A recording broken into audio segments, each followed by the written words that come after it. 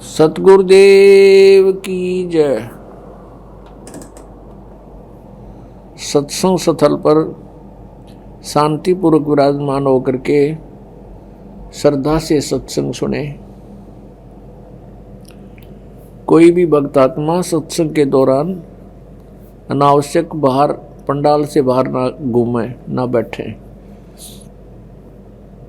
सभी भक्तों से प्रार्थना है, बहनों और भाइयों से, कि सत्संग के दौरान अनावश्यक कोई भी भक्त पंडाल से बाहर ना बैठे। केवल सेवादार अपनी सेवा भी करते रहे, सत्संग भी सुनते रहे। सत साहिब।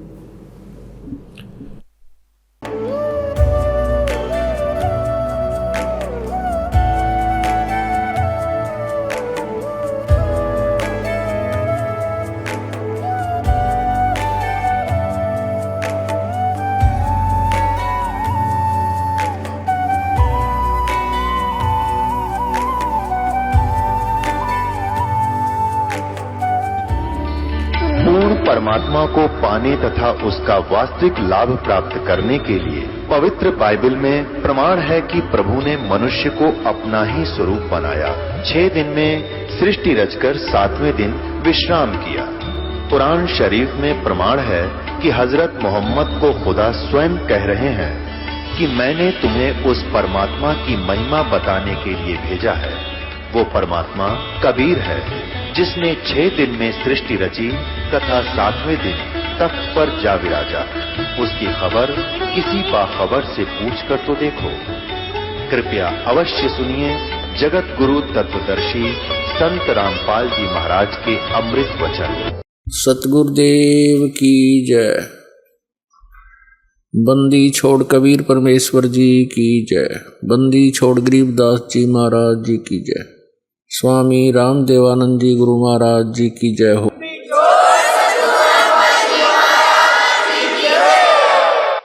गरीब नमो नमो सतपुरुष को नमस्कार गुरु की नहीं।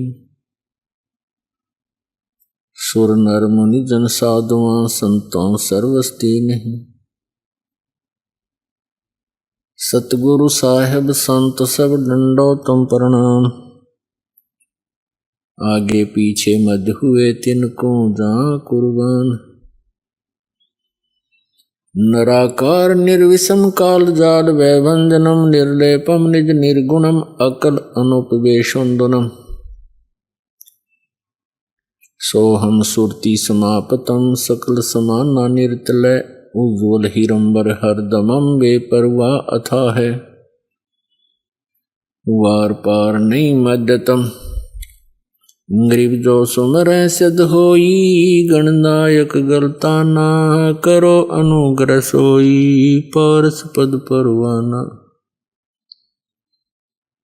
आदि गणेश मनाऊं गणनायक देवन देवा।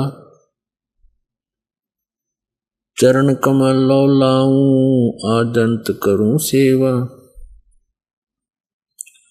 परम शक्ति संगीतम रिद्धि सिद्धि दाता सोई। अवगत गुण अतीतम सत्य पुरुष निर्मोही। जगदम्बा जगदीशम मंगल रूप मुरारी। तन मन अर्पों शीसम भक्ति मुक्ति भंडारी। सुर नर मुनि जन ध्यावे ब्रह्मा विष्णु महेशा। शेष शेष मुख गावे पूज्य आदि गणेशा। इंद्र कुबेर सरीखा वरुण धर्म राय ध्यावे। समर्थ जीवन जी का मन इच्छा फल पावे। 33 कोटि आधारा ध्यावे 88। उतरे बहुजल पारा कट है यम की फांसी। 33 कोटि आधारा ध्यावे 88। उतरे बहुजल पारा कट है यम की फांसी। परम पिता परमात्मा पूर्ण ब्रह्म सर्व सृष्टि रचनहार कबीर परमेश्वर जी की असीम कृपा से आप प्यारी आत्माएं ये सत्संग सुन रहे हैं।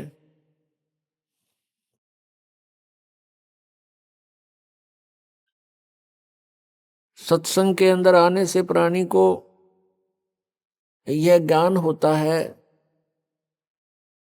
कि हम कौन हैं, कहां से आए हैं, ये जन्म और मृत्यु का विधान ये किस कारण से बना हुआ है। हम प्रत्येक प्राणी इस बात से दुखी हैं कि मृत्यु हो जाती है, रोग और कष्ट शरीर पर आते हैं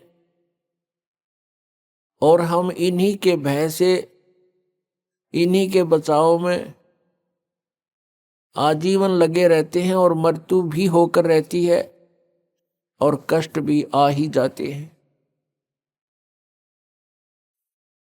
जब तक हम सत्संग नहीं सुनते तब तक हम उसी व्यवस्था को अंतिम मान चुके होते हैं कि यहां ऐसा ही होता है और ये सबके साथ हो रहा है, ये तो होगा ही होगा। बस इसी आधार से हम फिर आगे सोचना बंद कर देते हैं। जब हम सत्संग के अंदर आते हैं तो ये पुनर्विचार होना प्रारंभ होता है कि हम कौन हैं, हम क्यों मर रहे हैं और किस कारण से हम यहाँ यातनाएं सह रहे हैं। कोई भी प्राणी सुखी नहीं और सभी को कोई ना कोई परेशानी बनी ही रहती है। तो ये ज्ञान सत्संग से होता है और सत्संग जो यथार्थ ज्ञान होता है उसको कहते हैं सत्य माने सच्चा, संग माने जहां सत्य के आधार से ही सारी कार्य क्रियाएं हों, वचन हो, उसको सत्संग कहते हैं। जिन महापुरुषों को तत्व ज्ञान नहीं है वो भी जन समूह एकत्र करके वो भी कहते हैं हम सत्संग करते हैं, लेकिन वो सत्संग नहीं जहां पर सत्य नहीं, जहां पर यथार्थ ज्ञान नहीं, वो सत्संग नहीं है। तो पुण्यात्माओं, आपका सौभाग्य है कि आपको ये सत्संग सुनने को मिला है। जैसे श्री ब्रह्मा जी, श्री विष्णु जी, श्री शिव जी को जो अजरो अमर बताकर सत्संग किया करते थे, कहते थे इनके कोई माता पिता नहीं, इनकी जन्म मृत्यु नहीं होती, ये सर्वेश्वर हैं। वो सत्संग नहीं था, भले ही वो सत्संग के नाम से दुनिया को इकट्ठी करते थे।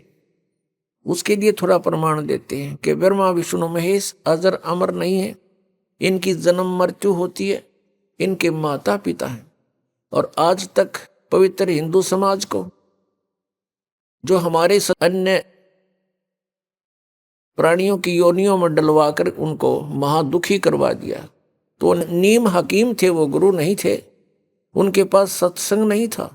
देखिएगा श्री मद देवी भागवत सचित्र हिंदी टीका सहित गीता प्रेस गोरखपुर से प्रकाशित है।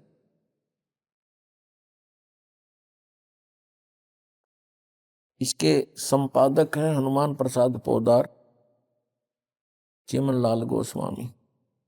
प्रकाशक एवं मुद्रक हैं गीता प्रेस गोरखपुर, गोविंद भवन कार्यालय कोलकाता का संस्थान।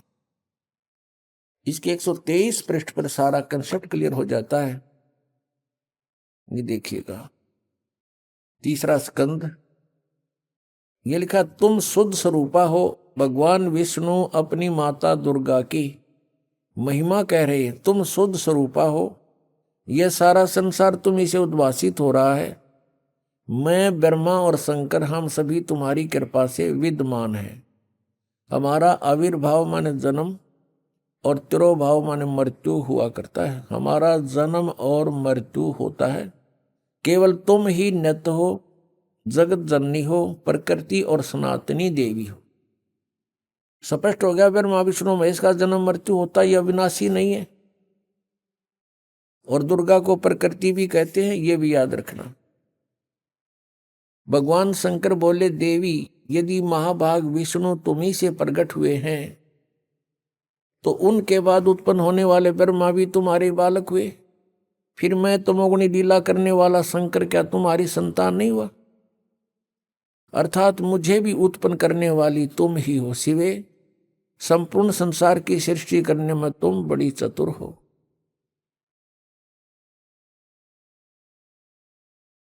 इस संसार की सृष्टि स्थिति और संहार में तुम्हारे गुण सदा समर्थ हैं। उन्हीं तीनों गुणों से उत्पन्न हम ब्रह्मा विष्णु एवं शंकर नियमानुसार कार्य में तत्पर रहते हैं।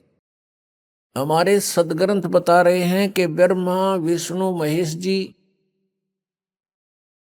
ये नासवान हैं, इनकी जन्म मृत्यु होती है, ये इनकी नु समझो जीवन चरित्र है इन भगवानों का। इनकी माता दुर्गा जी है और पिता इनका ज्योत निरंजन काल है, और ये स्वयं स्वीकार कर रहे हैं कि हमारा जन्म मृत्यु होता है, आप हमारी माता हो, दुर्गा को कह रहे हैं। इस श्रीमद् देवी भागवत यानी देवी पुराण ने स्पष्ट कर दिया, नंबर 1 ब्रह्मा विष्णु महेश नासवान है, नंबर 2 दुर्गा इनकी माता है, रजगुण ब्रह्मा सदगुण विष्णु तमगुण शिव जी, ये तीसरा कंसेप्ट क्लियर किया। चौथा ये कर दिया कि ये केवल नियमित कार्य ही कर सकते हैं, ये किसी के संस्कार को यानी अच्छे को या बुरे को कम या ज्यादा नहीं कर सकते। और पांचवा ये हो गया कि दुर्गा को प्रकृति भी कहते हैं। तो पुण्यात्माओं जो ये ज्ञान देते थे तो सत्संग नहीं करते थे, वो सत्संग नहीं था, वो लोक वेद दंत कथा बकवाद थी, उसको सत्संग नहीं कह सकते। अब वर्तमान के अंदर जो सतपुरुष परमेश्वर कबीर देव जी द्वारा अपने मुखारविंद से बोली अमृतवाणी के अंदर से कुछ वाणी चुरा ली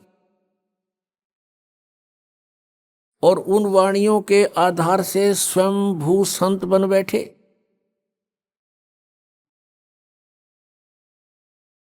हल्दी की गांठ से पंसारी बन गए वो, और उनको कख का पता नहीं, सतलोक सचखंड की बातें करते हैं। ये कौन से पंथ हैं? राधा स्वामी पंथ, इसकी सभी शाखाएं। इनके पास कख भी नहीं है, कोरा अज्ञान भरे हुए हैं, जनता को बर्बाद कर रहे हैं। सत्कर मानना पुण्यात्माओं,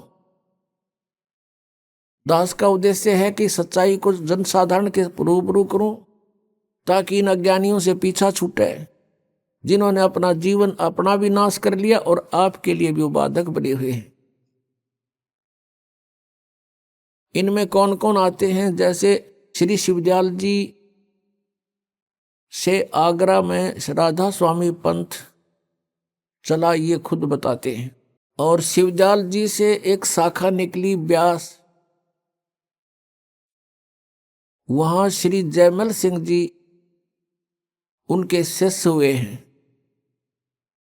और उनकी मृत्यु यानी शिवदयाल जी की मृत्यु के 11 वर्ष बाद वे स्वयंभू आप पे नाम देने लगे, स्वयंभू गुरु बन गए, जबकि उनको कोई आदेश नाम देने का नहीं था और श्री शिवदयाल जी का कोई गुरु नहीं था।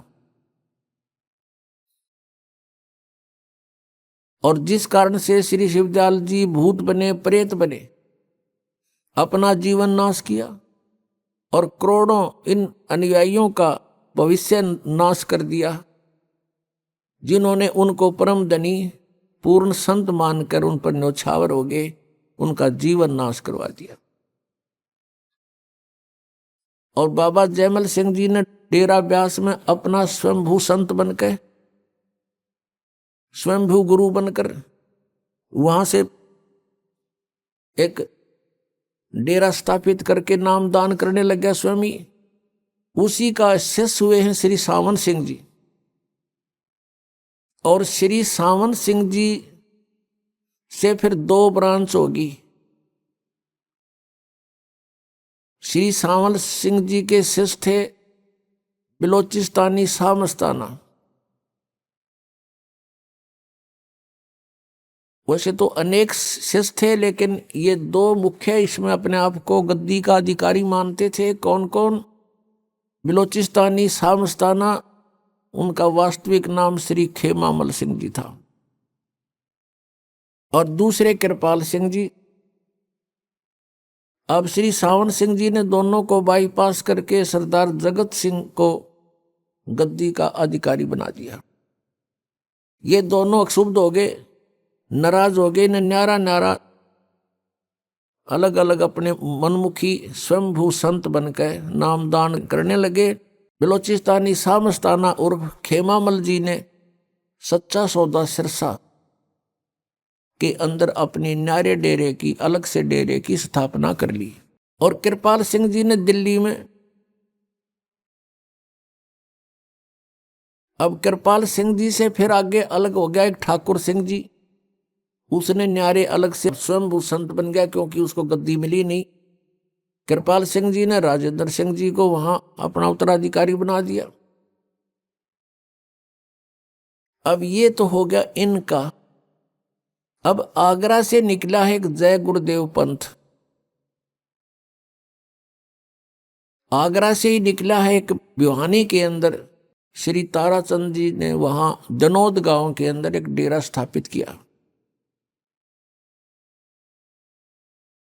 और जय गुरुदेव पंथ के वर्तमान जो मुखिया हैं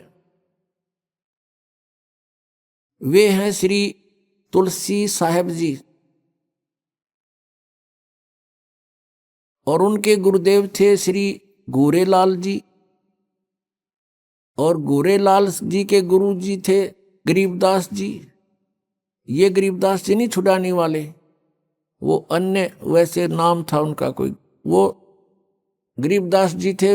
वहां आगरा से उनका निकास है, यानी श्री शिवदाल जी के विचारों से ही ये ओत प्रोत है। दास का कहने का तात्पर्य, पुण्यात्माओं, ये तत्व ज्ञान है, इसको ध्यानपूर्वक समझना और निष्पक्ष होकर के विचार करना। दास का उद्देश्य किसी की आलोचना करना नहीं है। दास का उद्देश्य है कि सच्चाई को ऊपर लाऊं, और ये वर्तमान गुरु बने हुए हैं, इनके पास कोई ज्ञान, कोई आधार, सतभक्ति शास्त्र उनको नहीं है, इन्हें भी विचार करना चाहिए।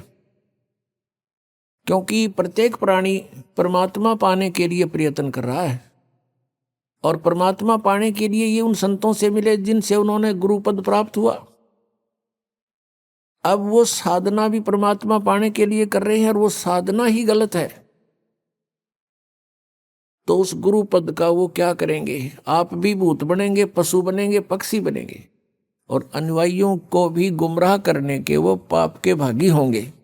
अपने आत्माओं, ये जितने भी वर्तमान में श्रद्धालु परमात्मा के पाने की कोशिश कर रहे हैं,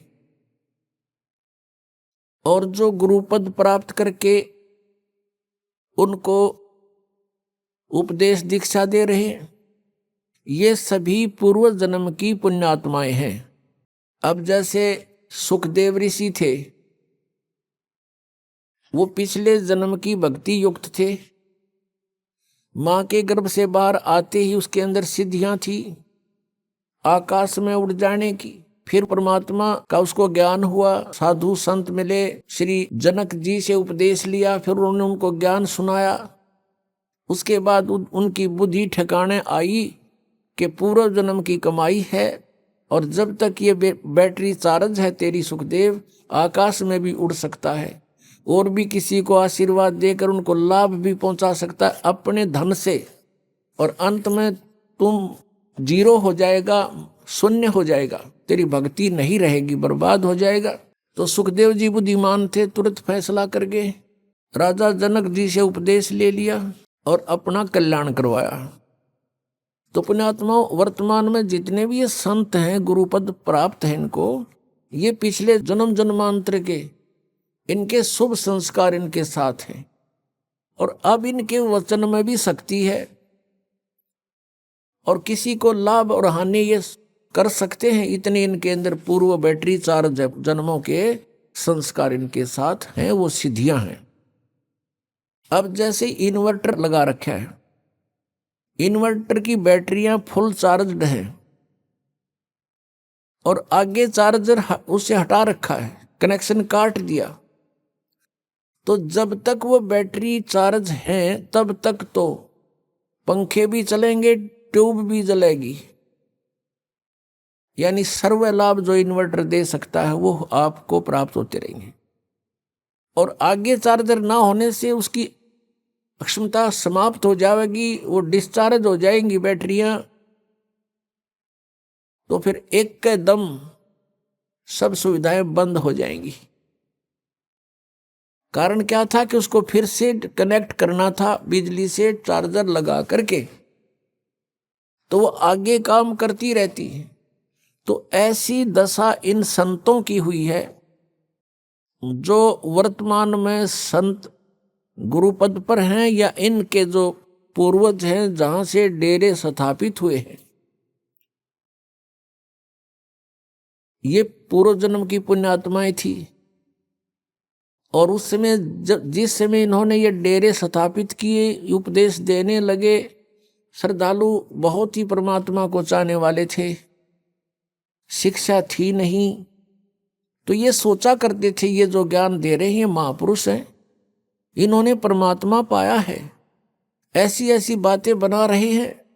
तो एक वक्ता और पूर्व जन्म की जिसकी भक्ति साथ है, उसके वचन में भी पावर होती है, उसकी बोलने की शैली भी अन्य प्राणियों से कुछ श्रेष्ठ होती है, जिस कारण से श्रद्धालु उन पर आसक्त हो जाते हैं और निसंशय होकर के उनके वचनों को अंतिम और सत्य मान लेते हैं।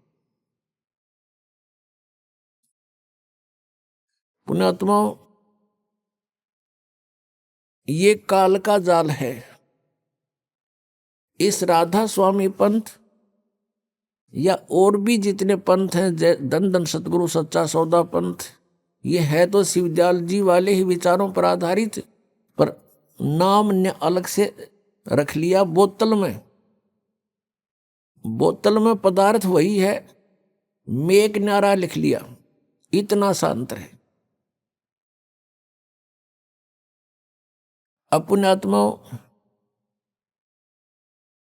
श्री शिवदयाल जी को कोई ज्ञान नहीं था, कबीर परमेश्वर जी का ज्ञान चुरा के और ये स्वयंभू संत बन गए।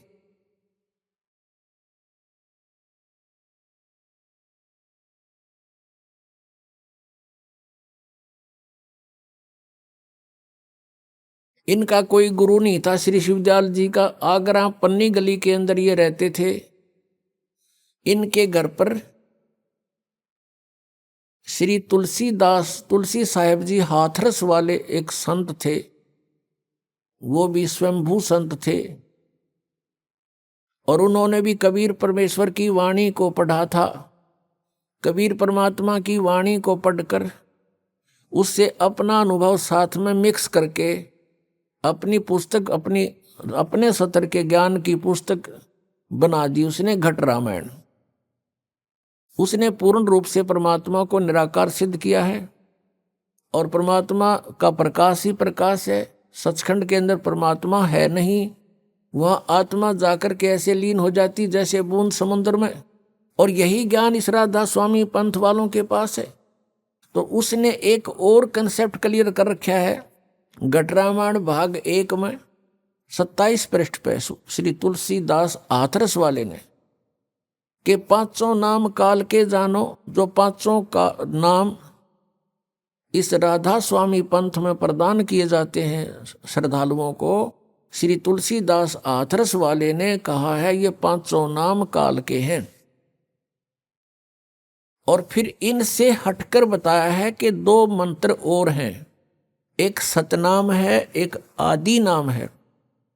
सतनाम के बारे में वो परिचित नहीं था खुद भी श्री तुलसीदास हाथरस जी वाले, कि वो 2 अक्षर का होता है, वो 2 अक्षर से परिचित नहीं था। उसने सतनाम को सतनाम ही बता दिया।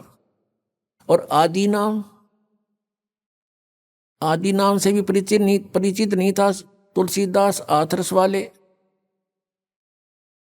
तो श्री शिवदयाल जी ने वही ज्ञान वहां से सुनाया और फिर अपना हठ योग करके कई वर्षों तक 15-16 वर्षों तक कोठे में कोठा यानी बंद कमरे के पीछे कमरा उसमें बैठ के हठ योग किया।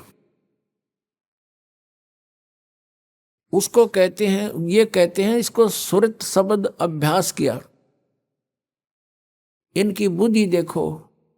और ये शब्द किसको मानते हैं? अंदर जो आ रही है आवाज धुन, उस पर ध्यान रखना, उस पर सुरत लगा के रखना, ये सुरत शब्द अभ्यास कहते हैं। ये सुरत शब्द अभ्यास ये नहीं है। सुरत शब्द अभ्यास ये है जो गुरुजी ने मंत्र दिया उसका जाप करते समय उस पर सुरत रखा, मैं क्या बोल रहा हूं, क्या जाप कर रहा हूं, इसकी प्रैक्टिस करना, ये सुरत शब्द अभ्यास है। और ये हठ योग को सुरत शब्द अभ्यास बताते हैं। ये किसी भी संत मत में नहीं किया किसी ने। किसी भी महापुरुष का उदाहरण देख लो। आदरणीय गरीबदास साहिब जी को स्वयं परमेश्वर सतपुरख आकर मिले थे, कबीर परमेश्वर जी, सन 1727 में। उस समय गरीबदास साहिब जी गांव छुड़ानी, जिला झज्जर, हरियाणा वाले 10 वर्ष के थे। खेतों में गौवें चरा रहे थे अन्य पालियों के साथ। तो वहां से परमात्मा सतपुरुष सतलोक में लेकर गए उनको कबीर परमेश्वर जी, और सभी ब्रह्मांडों से परिचित कराया। सभी ब्रह्मा विष्णु महेश की स्थिति से परिचित कराया। सतलोक में जाकर परमात्मा को देखा। एक तेजों में शरीर में करोड़, एक रोम को में करोड़ सूर्य मिला दे, करोड़ चंद्रमा, इतने शरीर की शोभा है उस परमात्मा की, वो उससे भी अधिक शोभा है एक रोमकूप की। यानी साकार है, नर आकार है, सिंहासन पर विराजमान है। और परमेश्वर कबीर जी ने अपने दूसरे रूप में जो यहाँ साधु संत रूप में आए हुए थे, उस रूप में जाकर के चंवर किया। तो गरीबदास साहिब जी ने सोचा, उनकी आत्मा ने सोचा कि परमात्मा तो तख्त पर बैठे ये हैं और यहाँ का ये महात्मा कबीर कोई इनका चेला चपटा होगा, नौकर होगा। उसी समय क्या हुआ, जो सिंहासन पर विराजमान थे परमात्मा तेजों में शरीर युक्त, वो खड़े हुए। और कबीर परमेश्वर जी जो नीचे जिंदा महात्मा के रूप में नीचे से गरीबदास जी को लेकर गए थे, उस रूप में वो उस सिंहासन पर विराजमान हो गए। और वो तेजों में शरीर युक्त परमात्मा उस जिंदा महात्मा वाले स्वरूप के ऊपर खुद एज ए सेवक सर्वेंट संवर करने लगे हैं। तब गरीबदास जी असमंजस में पड़ गए, भगवान कौन? ये महात्मा, ये तो बाबा जी दिखाई देता है, और परमात्मा ये है, इसका इतना सुंदर शरीर, इतना तेज इनके शरीर में, अब इनमें से प्रभु कौन से हैं? इतने में क्या हुआ, तेजों में शरीर जो था वो कबीर जी के उस नीचे से गए हुए जिंदा महात्मा वाली बॉडी में समा गया। अकेले परमेश्वर नीचे से गए थे जिंदा महात्मा के रूप में कबीर जी, वो अनंत कोट ब्रह्मांड के कुल मालिक के सिंहासन पर विराजमान हो गए। तब परमेश्वर ने कबीर जी ने उसको बताया, आदरणीय गरीबदास साहिब जी को, कि बेटा मैं काशी शहर में 120 वर्ष जुल्हाए धानक की लीला करके आया हूं, और वहां मैंने वाणी लिखवाई है, लेकिन जनता ने उन अज्ञानी ऋषि महर्षियों मंडलेश्वरों के अज्ञानता के कारण मेरे उस ज्ञान को स्वीकार नहीं किया। और बीच में लंबा समय हो गया है, अब 200-250 वर्ष हो गए हैं, इन काल के दूतों ने उस कबीर पंथ की कबीर वाणी में भी कुछ एक्स मिक्स कर दिया है, उसमें भी कुछ प्रक्षेप कर दिया है। अब दोबारा से तू मेरा ज्ञान बोल दे, मैंने तेरे को तेरा ज्ञान योग खोल दिया, दिव्य दृष्टि देती है। तब गरीबदास जी वापस आए, उनको नीचे मृत जान लिया था, और नगर वालों ने, गांव वालों ने, परिवार वालों ने मिलकर उनको अंतिम संस्कार के लिए चिता पर रख दिया था। उसी समय परमेश्वर कबीर जी ने वो आत्मा वापस उस बॉडी में भेज दिया, और एकदम गरीबदास जी खड़े हो गए। उसके बाद उन्होंने जो जनसाधारण लैंग्वेज बोलते थे वह छोड़ दी, जो साधारण लैंग्वेज वहाँ के अपने क्षेत्र की, और परमेश्वर के द्वारा फीड किया हुआ ज्ञान बोलना शुरू कर दिया चौपाई और दोहों के माध्यम से। हम सुल्तानी नानक तारे दादू को उपदेश दिया, जात जुलाहा भेद न पाया ये काशी माहे कबीर हुआ। अब उन्होंने आकर बताया कि जो बनारस में काशी में जो कबीर साहब थे, जो जुलाहे रूप में, ये पूर्ण परमात्मा है, परम अक्षर ब्रह्म है, सतलोक में शरीर है, मनुष्य सदृश इनका शरीर है, और मैं आंखों देख कर आया हूं। और फिर गवाही दी है कि हम सुल्तानी नानक तारे दादू को उपदेश दिया, मेरा भी उद्धार किया, गरीबदास साहिब जी कह रहे हैं। और अब्राहिम सुल्तान अधम बलक बुखारे के बादशाह का उद्धार किया, श्री नानक जी का उद्धार किया, दादू जी का उद्धार उन्होंने किया। वो उनको आकर मिले ऐसे जैसे मुझे मिले थे, और उनको भी सचखंड दिखाया था, सतलोक दिखाया था, वापस छोड़ा था। और फिर मुझे सतनाम दिया, उस सतनाम के जाप से मोक्ष होगा। और एक सार नाम है, उसको आदि नाम भी कहते। तो कहने का तात्पर्य यह है कि जो ये राधा स्वामी पंथ के श्री शिवदयाल जी थे, इन्होंने श्री तुलसीदास आथरस वाले के द्वारा जो भी ऊट पटांग ज्ञान दिया था, उससे भी हटकर और निमन सतर का आप तैयार करके स्वयंभू संत बन गए, और ये 5 नाम दान करने शुरू कर दिए। निरंकार, ओंकार, ज्योति निरंजन, सोहम और सत्यनाम। परमात्मा कबीर जी कहते हैं, सोहम शब्द हम जग में लाए और सार शब्द हमने गुप्त छपाए। परमेश्वर कबीर जी के प्राकट्य से पहले किसी भी सदग्रंथ में आपको सोहम शब्द नहीं मिलेगा। और इन्होंने ये एक शब्द है, करने नो दीदार महल में प्यारा है, राधा स्वामी पंथ वालों ने उसी शब्द के आधार से अपना पंथ खड़ा किया, और उसमें जो वास्तविक मंत्र भी उस शब्द के अंदर हैं। और ये 5 शब्द काल के हैं, और काल ने अपने मुख से बोले थे, उच्चारण के, ये जाप नहीं करने थे, ये सोहम नहीं है उसके अंदर, और सतनाम भी नहीं है, वो शक्ति शब्द है, शक्ति सतनाम के स्थान पर। तो ये 5 नाम काल के हैं, इनसे हटकर वो 5 नाम ये दास आपको प्रदान करता है, वो इन कमलों के खोलने के भिन्न हैं, जो जिन्होंने उपदेश ले रखा वो आपको पता है। अब पुण्यात्माओं, दास का उद्देश्य ये है कि आप जी को सत्य से परिचित कराऊं। जिन्होंने परमात्मा पाया है उन्होंने कौन सी साधनाएं की हैं, कौन से नाम जाप किए हैं, और कैसे उनकी रहनी थी, कैसे उनकी क्रियाएं थी, जिनसे उन्होंने परमात्मा प्राप्त हुआ। उनसे हटकर यदि हम कोई अन्य साधना, उसका कोई अन्य तरीका अपनाते हैं या कोई अन्य मंत्र जाप करते हैं, तो हम परमात्मा प्राप्ति नहीं कर सकते। अब जैसे इन राधा स्वामी पंथ वालों का ये भी मानना है कि संत कुछ भी नाम दे दे वह फल फूल जाएगा, ये भी इनकी अपनी सोच है, और ये झूठ है, गलत है, अनुचित है। जैसे हमने आम का पौधा बीजना है, आम के पौधे को बोने के लिए आम का ही बीज बोना पड़ेगा। यदि कोई बीज हम बो दें, आम नहीं लगेगा। जैसे बबूल का बो दिया, नीम का बो दिया, तो आम नहीं लगेगा, फलेगा वो भी।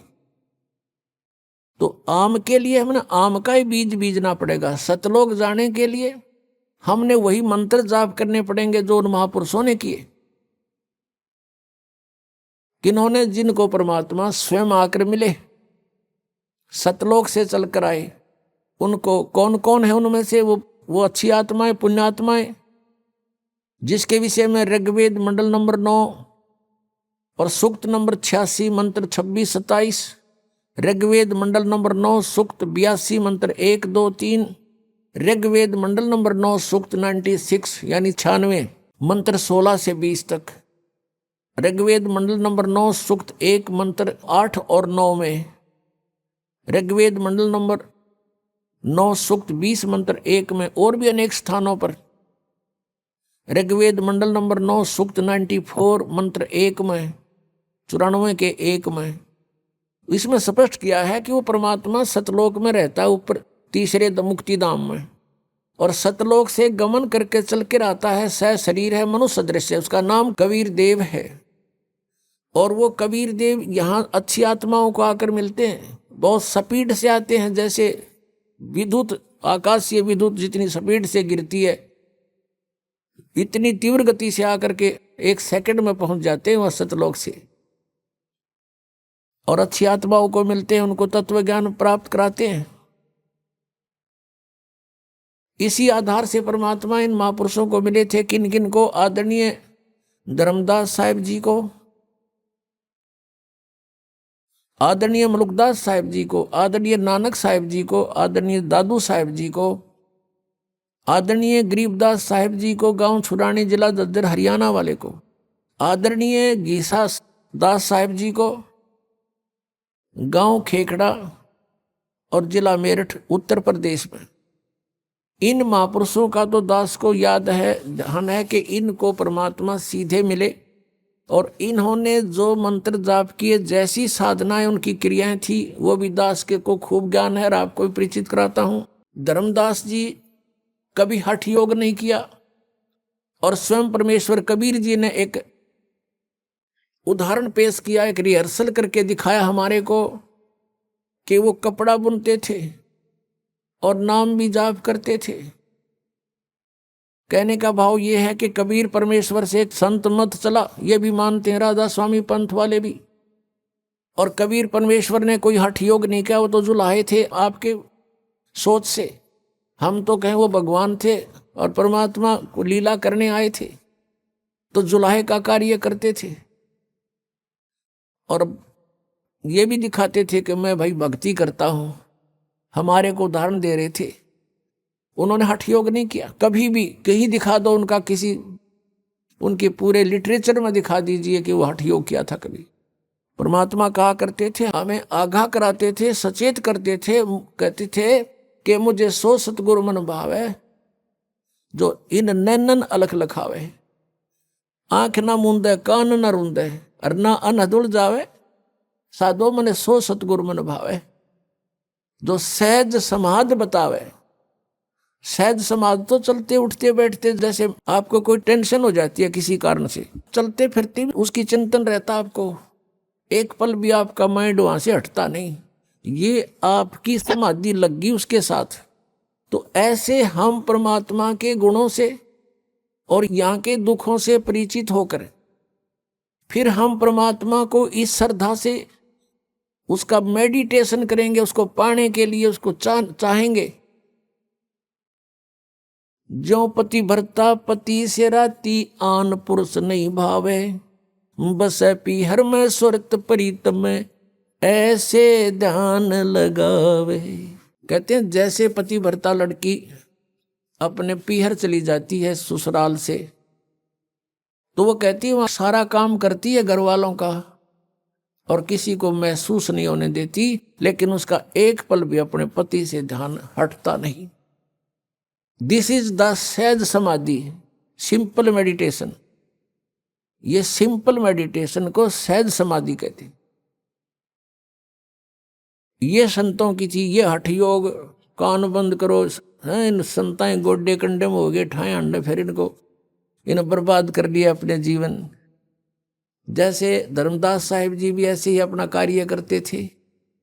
वो सेठ थे, बिजनेसमैन थे, कभी हठ योग नहीं किया। आदरणीय मलुकदास साहिब जी भी किसान थे, अरोड़ा खत्री जाति से थे, उन्होंने भी हठ योग नहीं किया, अपना किसान का कार्य करते थे। आदरणीय दादू साहिब जी तेली का काम करते थे, कोल्हू चलाते थे, तेल निकाला करते थे। आदरणीय गरीबदास साहिब जी किसान थे, जाट थे, गांव छुड़ानी जिला दद्दर के, और खेती करते थे, हल जोतते थे, पाली जाते थे, कभी हठ योग नहीं किया। आदरणीय नानक साहिब जी थे, पहले सर्विस करते थे, परमात्मा प्राप्ति के बाद पहले तो प्रचार किया 10-12 वर्ष, फिर लास्ट के 16 वर्ष अपने खेतों में काम करते थे, और जो उनके निकट आता था उनको सतमार्ग भी बताते थे। आदरणीय घीसादास साहिब जी ये भी किसान थे और खेती करते थे और भक्ति भी करते थे, और किसी भी संत को भगवान नहीं मिला, क्योंकि सभी ने परमात्मा निराकार बताया, जबकि परमात्मा साकार नर आकार मनुष्य दृश्य है, वो सह शरीर, उसका नाम कबीर है। तो जिन्होंने परमात्मा पाया उन्होंने अपनी अमृतवाणी में प्रमाण दिए, एफिडेविट दिए। तो उन्होंने किस मंत्र से परमात्मा पाया? आदरणीय गरीबदास साहिब जी ने सबका निष्कर्ष निकाल के परमात्मा की महिमा को दोबारा रीराइट करवाया। जैसे स्वयं परमेश्वर ने आके 600 वर्ष पहले लगभग वो कबीर वाणी बोली थी, उसमें इन कबीर पंथ में घुसकर कुछ काल के दूतों ने उसमें काफी अपने हिसाब से कुछ परिवर्तन करने की चेष्टा की, जिस कारण से परमेश्वर ने आदरणीय गरीबदास साहिब जी को फिर से कहा, उसमें फीड कर दिया अपना ज्ञान, और गरीबदास जी ने वो ज्ञान फिर हमें दोबारा बोलकर सुनाया। उस ज्ञान के आधार से और कबीर साहब में बचे हुए सत्य ज्ञान के आधार से, और फिर परमेश्वर ने कहा था कि धर्मदास तो ये लाख दोहाई, ये मूल ज्ञान कहीं बाहर ना जाई, मूल ज्ञान बाहर जो पढ़ी, ये बिचली पीढ़ी हंस नी तरही। इस मूल ज्ञान को तब तक छुपाई जब तक ये 12 पंथ मिट जाई। कबीर परमेश्वर जी ने कबीर सागर में कहा है कि 12 पंथ चलेंगे, काल चलाएगा, लेकिन उसमें पहले हंस अच्छे होंगे, उसके बाद उसके अनुयायी उसमें तोड़ मरोड़ करके तोड़ मोड़ के उस ज्ञान प्रचार किया करेंगे, तो वो काल के पंथ होंगे। लेकिन 12वां पंथ जो होगा वो गरीबदास जी वाला है। और विक्रमी संवत 1774 सन 1717 में आदरणीय गरीबदास साहिब जी का गांव छुडानी, जिला झज्जर, हरियाणा में जन्म हुआ। तो उसमें परमात्मा ने कहा कि संवत 1775 हुई, गलती से 75 लिखा लेकिन 74 है वो। संवत 1774 हुई, ता दिन प्रेम प्रगटे जग सोई। प्रगट हुए बम्बाणी, उनके मुख से दोबारा मेरे महिमा की वाणी प्रगट होएगी। लेकिन ये 12 पंथ हमी को जावे, अस्थिर घर का मरम नहीं पावे। ये हमारे वाणी के आधार से उस कबीर साहब करेंगे और उनको परमात्मा नहीं मिल पाएंगे, क्योंकि उनके पास मूल ज्ञान, मूल नाम नहीं होगा। प्रत्येक महात्मा को, प्रत्येक संत को परमेश्वर कबीर जी जिनको मिले थे उनसे कह दिया था कि अभी इसको डिस्क्लोज ना करना, इस मूल ज्ञान को और वास्तविक वे ऑफ वर्शिप को, पूजा की जो वास्तविक विधि है जो मैंने तुम्हें दे दी है, कबीर जी कहा करते कि इसको अभी डिस्क्लोज ना करना, किसी को बताना नहीं, नहीं तो इन काल के चलाए हुए पंथों में भी ये यथार्थ नाम होंगे और ज्ञान ये हमारी वाणी से घसीट पेसट कर इकट्ठा कर ही लेंगे। जैसे कबीर साहब ने कहा है कि बर्म में पंथ हम ही चल आवें और सभी पंथ मिटा के एक पंथ चलावें। तो परमेश्वर ने कहा कि जो बिचली पीढ़ी आवेगी उसके अंदर ये काल के दूत बहुत पनपेंगे। 12 पंथ तो ये लगातार हैं, और काल ने कहा था और अनेक पंथ चलाऊं या वद जीवों को भरमाऊं। तो उन 12 से अलग ये राधा स्वामी पंथ, धनधर सतगुरु पंथ, बाल योगेश्वर पंथ, और ये सतपाल दास पंथ, और ये ठाकुर पंथ, जय गुरुदेव पंथ, ये सब राधा स्वामी से ही निकले हुए हैं। लेकिन ये जो सतपाल जी वाला पंथ और बाल योगेश्वर जी वाला पंथ ये हंसा देश वालों का है। ये भी ऊट पटांग वही क्रिया, कान बंद आंख बंद, जीव ने तालू के लाओ, ये डले डुआन लग रहे। और नाम क्या देते हैं? हंस, हंस नाम देते हैं। हंस तो जीव का नाम है, और कहते हैं हंस को उल्टा कर लो सो हम हो गया। हंस का उल्टा करे तो यूं कोई बात हुई? इब गाड़ी ने उल्टी कर ले उल्टी घेर ले उस सड़क के ऊपर, और फिर कह दे वो के गाड़ी हो गया, ये कोई बात हो इनकी। जिसी टूटी फूटी ले रहे थे वह भी उलट कर ली। तो कहने का भाव है इनने अपने मनमुखी मंत्र लोक वेद जनता में ठोक दिया और सबकी दुर्गति हो रही है, उन संतों की भी दुर्गति हो रही है जो इस पंथ के प्रवर्तक थे। अब कारण क्या था कि उनके पास तत्व ज्ञान नहीं था। तो कौन से मंत्र का जाप किया उन महापुरुषों ने जिनको मोक्ष प्राप्त हुआ? सतनाम का। और सतनाम है 2 अक्षर का, जिसमें एक ओम मंत्र है, एक तत् है, वो सांकेतिक है। श्रीमद् भगवद गीता अध्याय नंबर 17 के और श्लोक नंबर 23 में स्पष्ट किया कि ओम तत्सत इति निर्देश ब्रह्मण त्रिविध समर्थ है। ओम और तत् जो सांकेतिक शब्द है, तत् ये दास बता सकता है इस पृथ्वी पर और किसी के पास नहीं है। यदि इस दास से चुरा कर नाम लेकर के और फिर आप पे स्वयंभू गुरु बनकर को दान कर रहा है तो महा दुश्मन है समाज का। पहले वालों ने नाश कर दिया, वो और कर देगा। उससे भी हमने बचना है। ऐसे कोई पाखंडी कहीं मिल जावे उससे भी बचाना है, जनता को समझाना है कि नकली है, इसको कोई अधिकार नहीं है। ठीक है, मानने उसका भला, ना तो भाई उनकी मर्जी, नहीं मानने तो कहीं भी जाओ, वो उनकी सजा मिलेगी फिर भगवान के दरबार में। तो सतनाम 2 अक्षर का है, एक ओम और एक तत्। और सत जो उसमें शब्द है वो आदि नाम है, इसको सार नाम भी कहते हैं, वो भी गुप्त है। तो गीता अध्याय नंबर 8 के श्लोक नंबर 13 में गीता ज्ञान दाता कहता मेरा एक ओम मंत्र है, बस, नथिंग एल्स। मुझ ब्रह्म का केवल एक ओम मंत्र है। और जो इस ओम का जाप करता है, इस ओम से मिलने वाली परम गति को प्राप्त होता है, वो ब्रह्मलोक है। ओम का साधक ब्रह्मलोक हो जाता है और वहां से भी पुनर्वृत्ति में आता है, जन्म मृत्यु होती है। और तत् ये सांकेतिक है। 3 पुरुष हैं गीता जी अध्याय नंबर 15 के श्लोक नंबर 1 से लेकर 4 में और 16 और 17 में कंसेप्ट क्लियर कर रखा है। संसार रूपी वृक्ष की संकेत दिया है, लेकिन कबीर परमेश्वर जी ने, क्योंकि तत्वदर्शी संत रूप में आए थे मालिक, उन्होंने उसका विस्तृत जानकारी दी है। और गीता जी अध्याय नंबर 15 के श्लोक नंबर 1 में यही कहा है कि जो संसार रूपी वृक्ष के सभी विभागों को जानता है, स वेदवित, पत्तों सहित जानता है जड़ से लेकर, वो तत्वदर्शी संत है। वो स्वयं परमेश्वर ही आते हैं। वो चौथे अध्याय के 32वें श्लोक में वो भी स्पष्ट किया है कि ब्रह्मणे मुखे सच्चिदानंद घन ब्रह्म के द्वारा अपने मुख से बोली हुई वाणी में यज्ञों यानी धार्मिक अनुष्ठानों की जानकारी विस्तार से कही गई है। चौथे अध्याय के 34वें श्लोक में कहा कि उस तत्व ज्ञान को तत्वदर्शी संत ही जानते हैं, उनसे पूछो। अब एक तो परमात्मा स्वयं आकर बोल कर गए तत्वदर्शी संत के रूप में, वह तो ब्रह्मणे मुखे होगी, परमात्मा की बोली हुई वाणी, कबीर वाणी। और फिर उस वाणी को कोई समझेगा, वो तत्वदर्शी संत है। तो आज तक कबीर परमेश्वर की वाणी को कोई नहीं समझ सका। इस दास पर मेहर करी परमात्मा ने, इन सदग्रंथों को जाना, सद्बुद्धि दी परमेश्वर कबीर जी ने और उनको खोला। अब हम उस प्रसंग पर आते हैं। 3 पुरुष बताए, सरपुरुष, अक्षर पुरुष, 16वें श्लोक में 15वें जाएगा। फिर ये इनके विषय में बताया कि ये भी नाशवान, इनके अंतर्गत जितने प्राणी इनके लोक में वो भी नाशवान, केवल जीव आत्मा किससे की नहीं मरती, वो तो गधे की भी ना मरती। फिर 17वें श्लोक में 15वें अध्याय में कहा है कि उत्तम पुरुष तो अन्य है। वो उत्तम पुरुष तो कोई और है, इन दोनों से न्यारा है, और वही परमात्मा कहलाता है।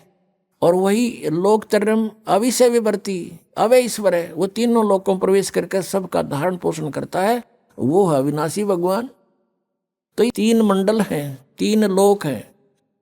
एक तो 3 लोक इस काल ने नकल करे रखी है सतलोक की। इसने अपने एक ब्रह्मांड में भी अलग अलग लोक बना रखे हैं, जैसे पृथ्वी लोक, पाताल लोक और ऊपर स्वर्ग लोक। ये भी 3 लोक कहलाते हैं। और ये 3 लोक अलग है। एक तो ब्रह्म का लोक सरपुरुष का, और एक अक्षर पुरुष का लोक।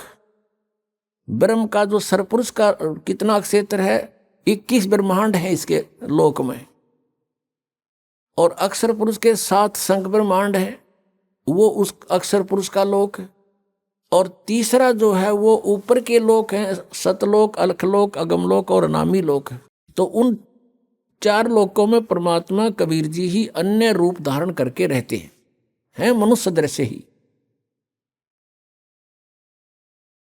तो इस प्रकार ये तीन पुरुष, पुरुष माने परमात्मा, तीन प्रभु, तो सरपुरुष का ये ओम मंत्र है जिसको ब्रह्म कहते हैं। अक्षर पुरुष का ये तत्व है जो सांकेतिक ये दास बताओगा, जो ये तत्व और ओम मिलकर के सतनाम बनेगा। तो ओम के मंत्र की कमाई हमें काल से छुटवाएगी, और तत्व मंत्र की जो है हमने 7 संग ब्रह्मांडों को पार करना है उस अक्षर पुरुष के, उनका ऋण है, उसकी कमाई है। और जो सार नाम है, आदि नाम है, वो मंत्र हमें सतलोक में स्थायी स्थान दिवाएगा। तो इस प्रकार परमात्मा पावेगा। अब हम उसी प्रसंग पर आते हैं कि इन राधा स्वामी वालों को, इस पंथ के जितने भी शाखाएं हैं, इनके पास सत्संग नहीं है, कोरा कुसंग भरा है। इनको सतनाम का नहीं पता, ये आज तक सतनाम से परिचित नहीं हो सके।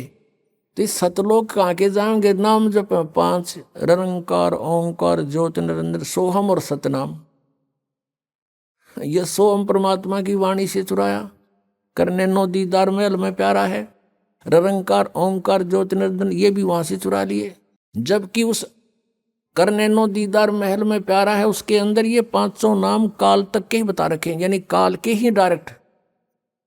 इन्होंने इनमें से जैसे एक शक्ति शब्द है, ये सोहम शब्द इन शब्दों में नहीं है। निरंकार ओंकार ज्योति निरंजन ये तीनों काल के जाप हैं, और शक्ति दुर्गा का मंत्र है, और सोहम इन्होंने आप जोड़ दिया इसके अंदर। ये 5 मंत्र बना लिए, जबकि ये 5 नाम अन्य हैं, ये इन कमलों के खोलने के हैं। जैसे मूल कमल गणेश जी का वासा है, उसका मंत्र आपको दिया जाता है। फिर स्वाद चक्र, उससे ऊपर वो सावित्री और ब्रह्मा का वो मंत्र आपको दिया जाता है। जो नाभि कमल है जिसमें विष्णु और लक्ष्मी का वास है, उसका मंत्र अलग से दिया जाता है आपको।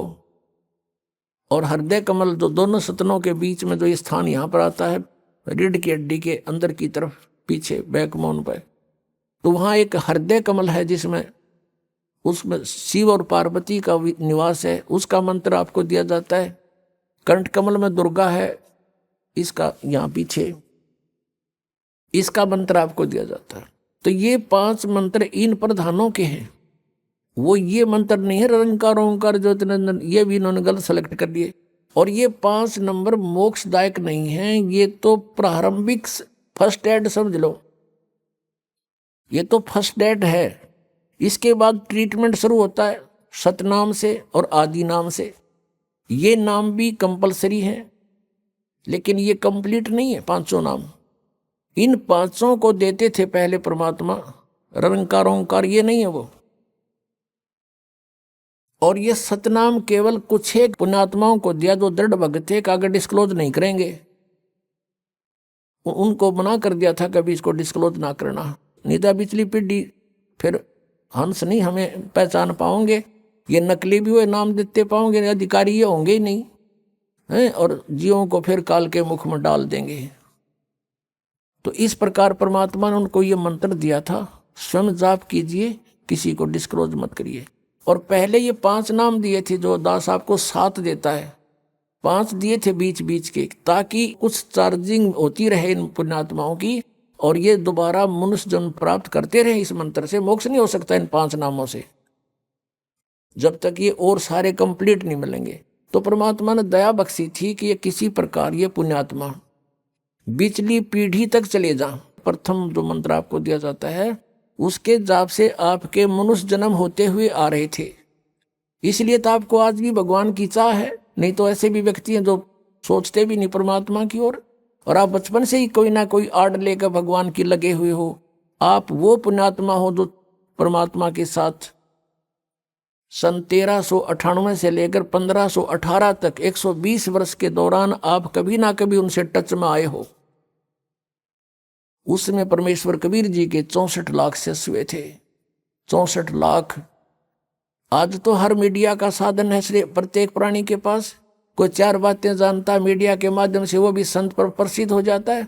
आज से 600 वर्ष पहले पूरे भारतवर्ष की मेरे ख्याल 4 करोड़ आबादी नहीं होगी, जिसमें पश्चिमी पाकिस्तान, पूर्वी पाकिस्तान, बलूचिस्तान, अफगानिस्तान और इराक, ईरान, गजनी तक, ये सारा भारत ही था। और कुल मिलाकर 5 करोड़ आबादी नहीं थी। उस समय परमेश्वर कबीर जी के 64 लाख शिष्य थे। उनमें से आप ही हो जो कोई राधा स्वामी का फंस गया, कोई जय गुरुदेव का फंस गया, कोई धन धन सतगुरु का फंस गया, कोई वैसे अपनी परंपराएं साधनाएं करके मस्त है, कोई हंसा देश वाला के फंस रहा है, और बाकी कोई बचे कुछ इनके या सारा मरने बांध रखी है गांठ सबकी। और ये सुधांशु जी जैसे, इनको कह पता नहीं, शिव जी को मृत्युंजय बताता है शिव सुधांशु जी, और नाम देता ओम तत्सत ओम तत्सत। इन तत्व और सत का पता नहीं, सीधा ढूंढा ठा रहे हैं। तो पुण्यात्मा दास का उद्देश्य है कि जब तक इनके ज्ञान और नाम साधना को आपके रूबरू ना करूंगा, तब तक आप सच्चाई से परिचित कैसे होगे। और जिन महापुरुषों ने मंत्र जाप करे वो भी आपको बताऊंगा कौन कौन से किए।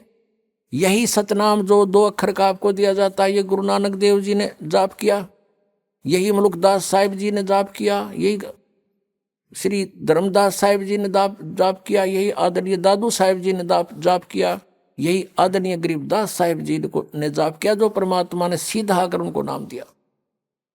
और ये गीसा दास साहिब जी ने जाप किया। ये 2 मंत्र का सतनाम है, जिसमें एक ओम है, एक तत्। आपको पता है जिसने सतनाम प्राप्त, तो ये मंत्र है मोक्ष के। आदि नाम वो सार नाम है। इन 3 मंत्रों से आपका मोक्ष होगा। लेकिन इनमें ग्रुप बना दिया, 2 अक्षर का 2 सतनाम हो गया, ओम और एक तत् मिला के। तत् अलग से है वो मंत्र, और सत भी अलग कोड वर्ड है, ये सांकेतिक शब्द है तत् सत।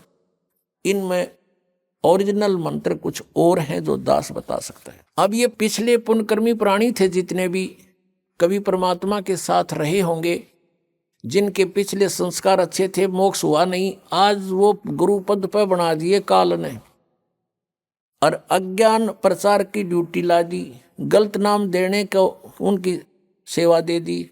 अब वो आप भी नरक में जाएंगे, और जितने अनुयायी हैं वो भी नरक में जाएंगे।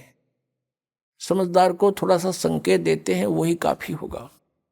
पहले तो आपको दिखाते हैं कि जो प्रसंग है आज का, कि इनके पास सत्संग नहीं है, ये सत्संग नहीं जानते, ये लोक वेद सुनाते हैं और महिमा सतपुरुष की गाते हैं। इनको ये नहीं मालूम सतपुरुष कैसा है। ये निराकार बताते हैं, चेतन ही चेतन बताते हैं, वहाँ प्रकाश ही प्रकाश है, और आत्मा प्रकाश में यानी सतपुरुष में ऐसे जाकर मिल जाती है जैसे बूंद समुद्र में। ये इनका अज्ञान है, ये इनका विधान है। जबकि परमात्मा सशरीर है, उसका नाम कबीर है, उसके एक रोमकूप में करोड़ सूर्य मिला दे करोड़ चंद्रमा, इतना उनके एक रोमकूप की शोभा सतलोक के अंदर सचखंड में है। अब इनके अज्ञान की थोड़ी सी झलक देते हैं। एक पुस्तक है सारवचन राधा स्वामी वार्तिक, ये श्री शिवदयाल जी उर्फ राधा स्वामी यानी फाउंडर ऑफ राधा स्वामी पंथ, राधा स्वामी पंथ के प्रवर्तक के सत्संग के वचनों का संग्रह है। इनको देखना कैसा सत्संग आता था, ये कैसी क्रिया करते थे। ये है सारवचन राधा स्वामी वार्तिक, और ये देखना ये कहाँ से प्रकाशित है। प्रकाशक हैं जगदीश चंद्र सेठी, सेक्रेटरी राधा स्वामी व्यास, सत्संग व्यास, डेरा बाबा जयमल सिंह, पंजाब। मुद्रक हैं लक्ष्मी ऑफसेट प्रिंटर्स, दिल्ली से। इनकी भूमिका से बहुत कंसेप्ट क्लियर होता है। सारवचन ये भूमिका है, सारवचन राधा स्वामी वार्तिक हजूर स्वामी जी महाराज के वचनों का संग्रह है। ये हजूर महाराज जी कौन है, ये दिखाते नीचे। ये वचन सत्संगों तथा अन्य चर्चाओं के दौरान सत्संगियों ने नोट किए थे। स्वामी जी महाराज के परम धाम सिधारने के कुछ वर्ष बाद इनका संग्रह करके पुस्तक रूप में छपवाया गया। सन 1902 में बाबा जयमल सिंह जी महाराज ने सारबचन राधा स्वामी वार्तिक को पहली बार गुरमुखी लिपि में छपवाया। यानी 1902 से पहले भी चल रही थी यह पुस्तक दूसरी भाषा में, लेकिन गुरमुखी भाषा पंजाबी भाषा में 1902 में बाबा जयमल सिंह जी ने छपवाई और उससे फिर हिंदी में ये छपी। श्री जयमल सिंह जी ने सारबचन राधा स्वामी वार्तिक को पहली बार 1902 में छपवाया था गुरमुखी लिपि में। प्रस्तुत पुस्तक उसी प्रथम गुरमुखी संस्करण के अनुसार है और अब इसका हिंदी संस्करण प्रकाशित किया जा रहा है। अब यह हजूर जी महाराज के सारबचन राधा स्वामी वार्तिक हजूर स्वामी जी महाराज के वचनों का संग्रह। यह हजूर जी कौन है? ये देखो, स्वामी जी महाराज का शुभ नाम शिवदयाल सिंह जी था। आपने 15 अगस्त 1818 में आगरा शहर में जन्म लिया। आपके पिताजी का नाम सेठ दिलवाली सिंह जी तथा माताजी का नाम महामाया जी था। आपके पूर्वज पंजाब के रहने वाले थे तथा घर में गुरु ग्रंथ साहिब का पाठ किया जाता था। आपके माता पिता हाथरस के प्रसिद्ध संत तुलसी साहिब के भक्त थे। हाथरस वाले तुलसीदास साहिब जी के इनके माता पिता भगत थे और स्वामी जी महाराज ने भी तुलसी साहिब की काफी संगति की थी।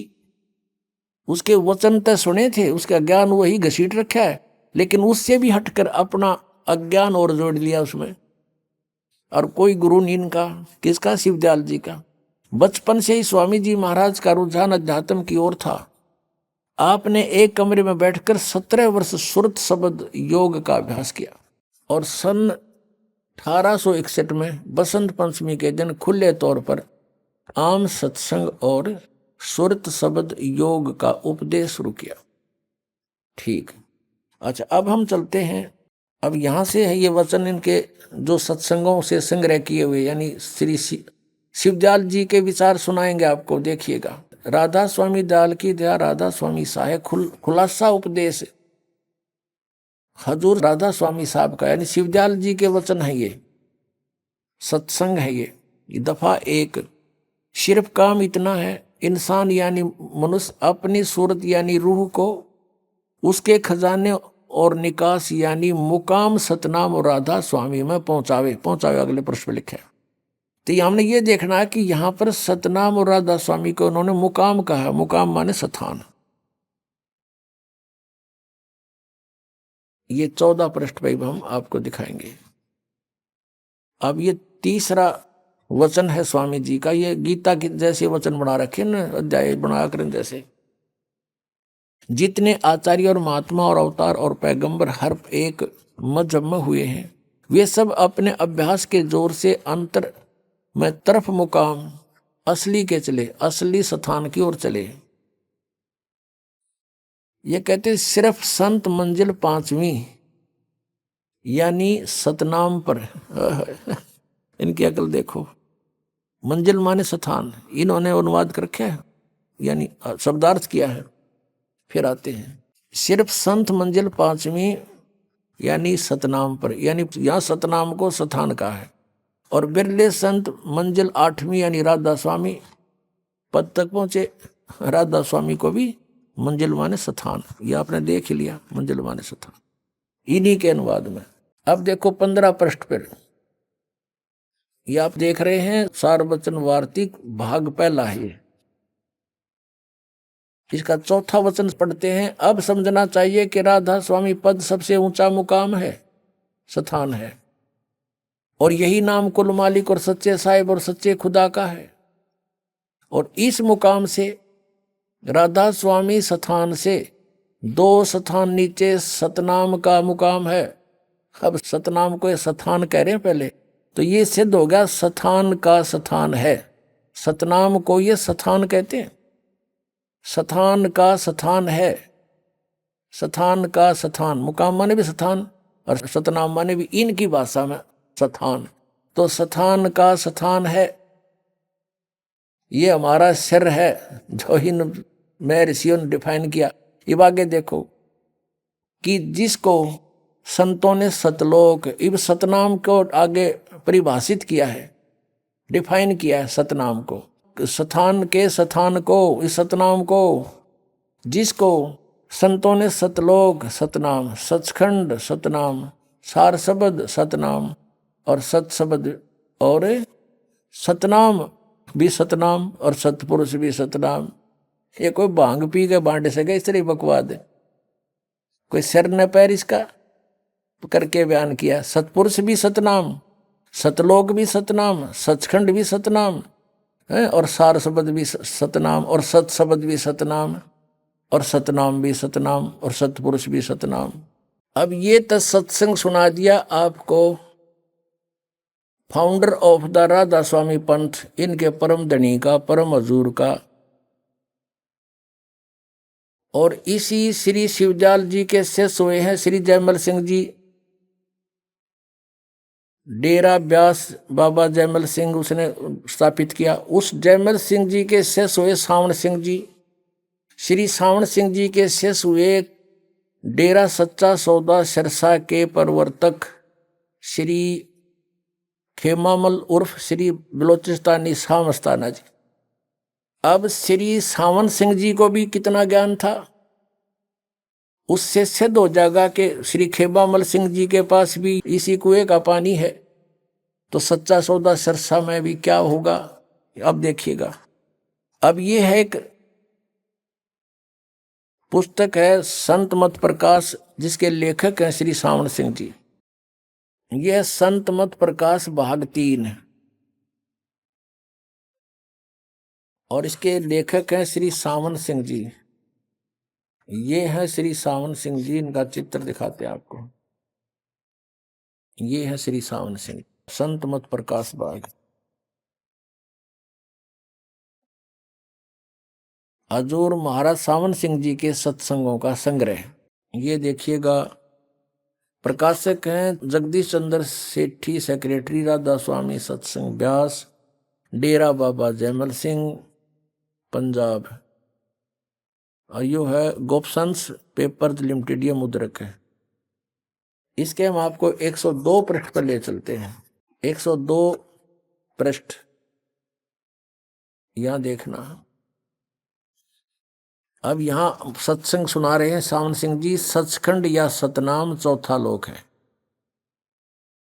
सचखंड या सतनाम कहो चाहे सचखंड कहो, यो चौथा लोक है सतनाम। अब 107 पृष्ठ पे इसके देखिएगा, 6 और 7 पर नीचे आते हैं। किसी सत्संगी से वार्ता हो रही है स्वामी जी की। सत्संगी ने कहा, हजूर जहां राम नाम का जस महिमा होता हो। सावन सिंह जी कहते हैं, कौन से राम का जिक्र करता है तू, कौन से राम का? वही सत्संगी, क्या राम बहुत सारे हैं? महाराज जी सावन सिंह जी कहते हैं 4 राम हैं। आपका इशारा कौन से राम की तरफ है? 107 पर पढ़ेंगे। वही सत्संगी, हजूर चारों रामों को खोल कर बताइए, चारों राम को खोल कर बताइए। महाराज जी सावन सिंह जी लागे फिर सत्संग सुनाने। एक राम दशरथ घर डोला है, एक राम घट घट में बोला है, एक राम का सकल पसारा, एक राम त्रिभुवन से नारा। ये कबीर जी की वाणी को डिफाइन कर रहे हैं, खोल रहे हैं, अनुवाद कर रहे हैं सावन सिंह जी। पहला राम राजा दशरथ के बेटे जो त्रेता युग में हुए अवतार थे, आए और अपनी ड्यूटी अदा करके चले गए, लेकिन अब हमें नहीं मिल सकते, हमारा काम नहीं कर सकते। दूसरा राम मन है जो घट घट में व्यापक है। तीसरा राम ब्रह्म है जो सारी त्रिलोकी को पैदा करता है, पालता और नाश करता है। चौथा राम सतनाम है, ये असली राम है। वाह रे सावन सिंह, अब यो सतनाम राम हो गया और यो असली राम। वह सतलोक और सचखंड कह था। इस देख 102 पृष्ठ पे, ये 102 पृष्ठ पे इसी संत मत भाग प्रकाश 3 के भाग 3 के 102 पे कह रहा है कि सचखंड या सतनाम चौथा लोक है। 107 पे कह रहा है यो असली राम है। हमारे देवताओं खूब समारे तुम मारगिरी दुनिया है, काल के मुंह में ठोक दी। हे भगवान, अब आपने वचन देख लिए राधा स्वामी पंथ के मुखिया के, और सावन सिंह जी के इसलिए बताने पड़े क्योंकि इससे एक और शाखा निकली है सच्चा सौदा सिरसा की। ऐसा ही ज्ञान उनके पास है, थोड़ी सी झलक उनकी भी दिखा दें। अब पुस्तक का नाम है सचखंड की सड़क। इसके नाम ने सुनकर तो आदमी कटका मर जा। अक भाई सीधा कति मेटल रोड है और चढ़ार भगवान के दरबार में, और इसमें खख भी नहीं है, कख नहीं है इसके अंदर सतलोक और सचखंड के बारे में। ये डेरा सच्चा सौदा से प्रकाशित है। सचखंड की सड़क पहला भाग है।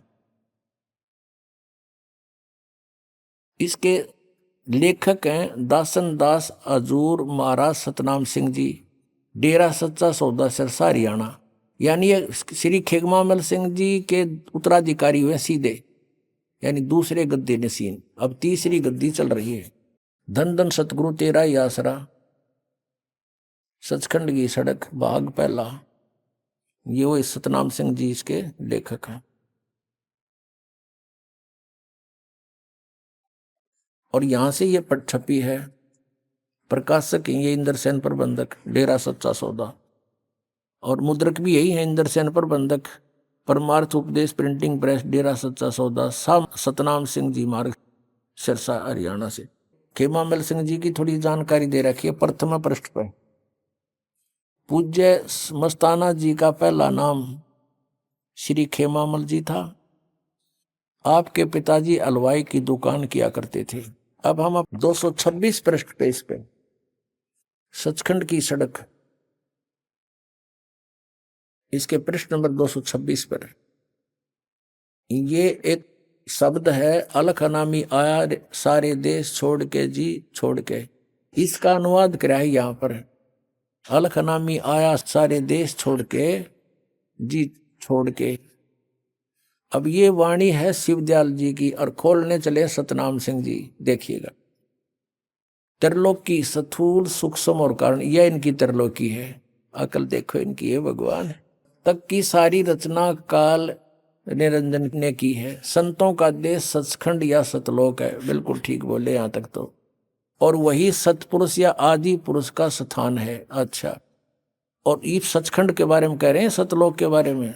वह अजर अमर अविनाशी है, सदा एक रस है, वहां चेतनता ही चेतनता है, प्रकाश ही प्रकाश है, और कुछ नहीं है, प्रकाश ही प्रकाश है। नीचे पिंड अंड की कुल रचना का आदि और अंत वही है। कौन? सचखंड। उसी को सतनाम, इस सचखंड को, सतलोक को, उसी सतलोक को सचखंड, उसी को सतनाम, उसी को सत शब्द और उसी को सार शब्द कहा जाता है। आ गया ना इनका भी जाड़ा। इससे सिद्ध हो गया कि ये एक कुएं का पानी है, एक कुएं का जल है, और कोरा अज्ञान भरा पड़ा है इनके अंदर। बोले श्रद्धालुओं को इन्होंने काल के मुख में डाल दिया। सतलोक में कुछ भी नहीं है, और वहां आत्मा कैसे जाकर मिलती है? जैसे बूंद समुद्र में। फिर वहां के टिंडे लेने जाओगे जो भगवान है नहीं। अब सतलोक आश्रम बरवाला में गुरुजी है नहीं, और चलो नाम लेकर आवांगे। नाम किस पे लोगे जब गुरुजी निराकार है? तो इस तरह की इनकी अपनी सोच, अपना अज्ञान है। लेकिन तत्व ज्ञान ये है कि वह परमात्मा सशरीर है, मनुष्य सदृश्य है। उसके एक रोमकूप में करोड़ सूर्य मिला दे, करोड़ चंद्रमा, इतना तेज है।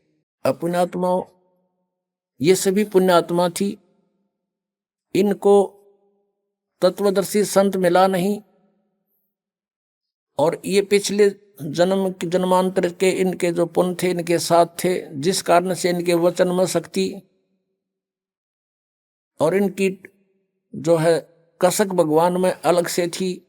घर भी त्याग दिया, बहुत संघर्ष भी किया, लेकिन कुमार्ग पर सफर किया। कुमार्ग पर विपरीत दिशा में कितना तेज दौड़ लो, विपरीत ही दूर ही होता चला जाता है मंजिल से। अब इनकी साधना सत्य न होने से इनका अंत कैसे हुआ, इनके प्रवर्तकों का, ये और दिखाता हूं। अपने आत्माओं, डेरा सच्चा सौदा के जो प्रबंधक हैं यानी प्रवर्तक हैं, जिन्होंने वह स्थापना की डेरे की, वो थे श्री शाह मस्ताना जी बलोचिस्तानी खेमामल जी। और वो पिछले पूर्व जन्म के पुण्यकर्मी प्राणी थे। उनके वचन से कईयों को लाभ भी हुआ, उनके कृष्ण में लिखे हुए उन सिद्धियों से बहुत प्रसिद्ध हो गए। आगे चार्जर ठीक था नहीं, सतनाम उनके पास था नहीं, वो 3 नाम शुरू कर दिए, अकाल मूर्त, शब्द स्वरूपी राम, सतपुरुष। ये नाम हुए, ये तो एक परमात्मा की महिमा है। जैसे जल पानी नीर, जल पानी नीर। अब वो जल प्राप्त कैसे हो, वो विधि न्यारी है। हैंडपंप लगाना होगा तो वो जल पानी नीर जब मिलेगा, जल पानी नीर कहते रहो, नहीं मिलेगा। हैंडपंप के लिए जो इंस्ट्रूमेंट चाहिए वो सारे प्रयोग करने पड़ेंगे, औजार, तब वो मिलेगा।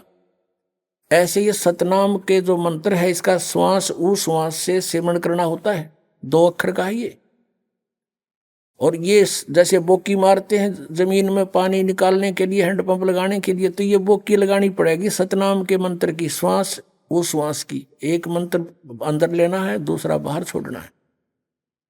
अब जैसे बोकी मारते हैं, जमीन से मिट्टी खोदी, वो बोकी से पाइप से यंत्र होता है पाइप जैसा, उसे मिट्टी बाहर डालते रहेंगे, सुराख बनता रहेगा और पाइप को नीचे डालते रहेंगे, वो पानी तक पहुंच जाएगी। ये काम है सतनाम का, यानी बोकी और पाइप का। वो तो पानी तक तो पहुंच गई, जल तक पहुंच गई पाइप, लेकिन जल मिला कैसे, वो फिर हैंडपंप लगाना पड़ता है, उसको भी हिलाना पड़ता है, उसकी भी क्रिया है। तब वो हैंडपंप जो है वो सार नाम है, आदि नाम है।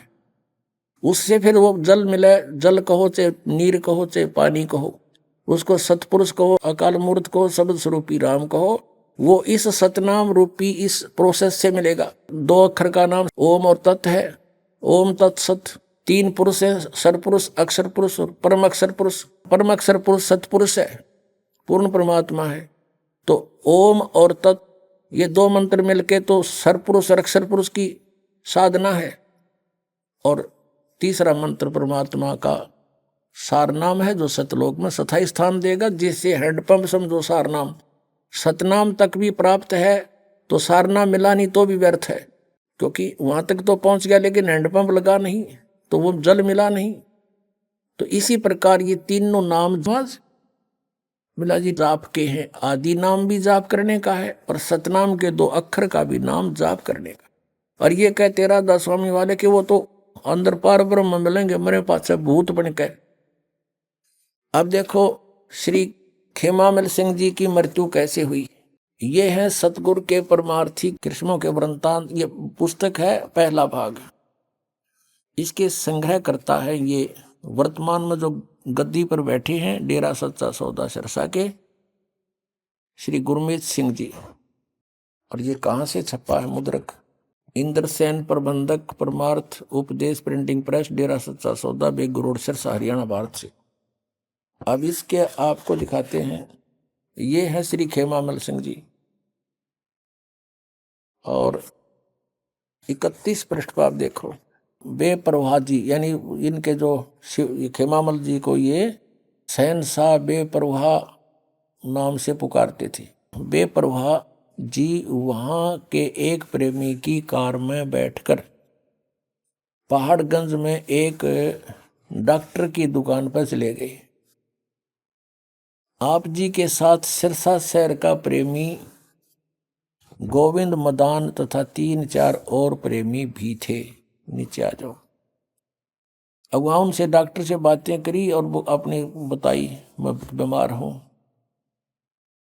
तो इतने में डॉक्टर ने हुक्म के अनुसार, यानी क्या अभी इंजेक्शन लगेगा, तो इसने खेमामल जी ने कह दिया लगा दे। इतने में डॉक्टर ने हुक्म के अनुसार बेपरवाह जी का इंजेक्शन लगा दिया। उसके साथ ही आप वहीं बेंच पर लेट गए। कौन? खेमामल जी, बिलोचिस्तानी शाह मस्ताना बेपरवाह जी बेंच पर लौट गए और इंजेक्शन से रिएक्शन होगी, तलवों में जलन होगी, पैरों में का बहाना करके धन धन सतगुरु का नारा लगा दिया। अर्थात 18 अप्रैल 1960 को सुबह 10:15 पर अपना पंच भौतिक शरीर छोड़ दिया। छोड़कर अनामी देश में जा समाये। यह दृश्य देखकर डॉक्टर के पसीने छूट गए। वह भौचक्का रह गया कि अब क्या होगा। बाबा जी के अनुयायी उसे बर्बाद कर देंगे और उस पर कत्ल का इल्जाम लगाकर अदालत में सजा करवाएंगे। पुण्यात्माओं, अब देखो संत और इंजेक्शन तो मरे रिएक्शन थे, धिक्कार ऐसी भक्ति को है। ये तो पहले तो और के दुख दूर करें थे और अपनी जान नहीं बचा पाए, क्योंकि कारण क्या है, ये पुण्यात्मा थी पूर्व जन्म के, इनकी बैटरी चार्ज थी और वह बैटरी होगी डिस्चार्ज। आगे भक्ति ठीक थी नहीं। उसके शेष थे सावण सिंह जी के। सावण सिंह जी ने वही ज्ञान उसका शिवदयाल जी वाला ही था। अब शिवदयाल जी की क्या दुर्गति हुई वह भी दिखाऊंगा। अब ये क्या बताते हैं कि अनामी देश में चले गए। अनामी देश में ये चले जाते हैं तो बूंद समुद्र में मिल गई। फिर ये क्या कहते हैं कि वही शाह मस्ताना खेमामल जी दोबारा गुरमीत सिंह जी के रूप में आ चुके हैं, जन्म ले लिया दोबारा। अरे गीता जी अध्याय नंबर 15 के श्लोक नंबर 1 से 4 में स्पष्ट किया है कि जब तत्वदर्शी संत मिल जाए उसके पश्चात उसके बताए अनुसार साधना करने से परमेश्वर के उस परम पद की खोज करनी चाहिए, जहां जाने के बाद साधक फिर लौटकर कभी संसार में नहीं आता। फिर खाक मुक्ति हुई इसकी। अब दिखाते हैं आपको। अगर ये ही दोबारा आ गया तो इसका कारण ये हो सकता है कि इसके कुछ और पुण्य शेष थे और ईब ये गुरमीत सिंह राम रहीम के रूप में उन कति बर्बाद करेगा। राज भोग रहा है, आगे 8-8, 9-9, 10-10 गाड़ियां चलती हैं।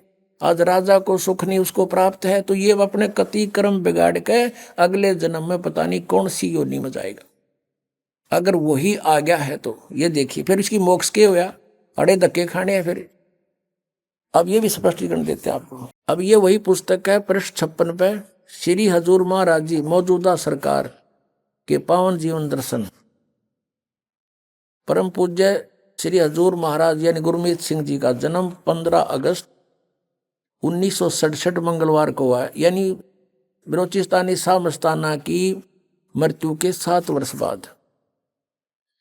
अब यहाँ क्या बताते हैं कि हजूर परम पिता मौजूदा सरकार यानी गुरमीत सिंह जी के अवतार धारण करने के संबंध में सिरसा शहर का एक पुराना साधु नियामत राम जी, जो कि शहनशाह मस्ताना जी का पाठी रह चुका है, ने शहनशाह मस्ताना जी का वचन इस प्रकार बताया कि शाह मस्ताना जी ने अपना चोला बदलने से पहले 2-3 बार जनवरी 1960 में इस तरह से वचन फरमाए, हम 7 साल के बाद तीसरी बाडी के रूप में फिर आएंगे। मस्ताना जी के उपरोक्त वचनों की उस समय तो किसी प्रेमी को समझ नहीं आई, परंतु इस वचन का भेद तब खुला जब हजूर पिता गुरमीत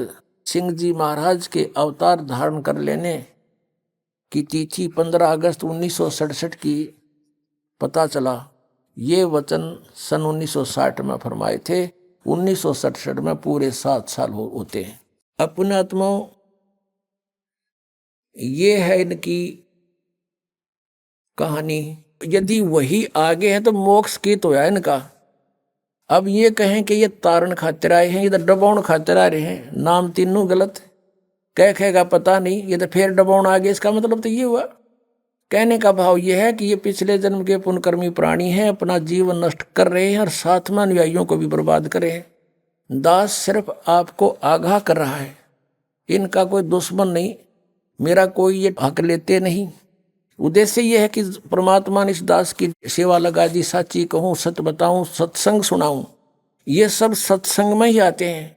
कबीर परमेश्वर स्वयं आए थे। उस समय के सभी ब्राह्मण गुरुओं, ऋषियों और काजी और पंडितों की ऐसी तरह अज्ञान की खाल उतारा करते थे और वही दास की ड्यूटी ला दी।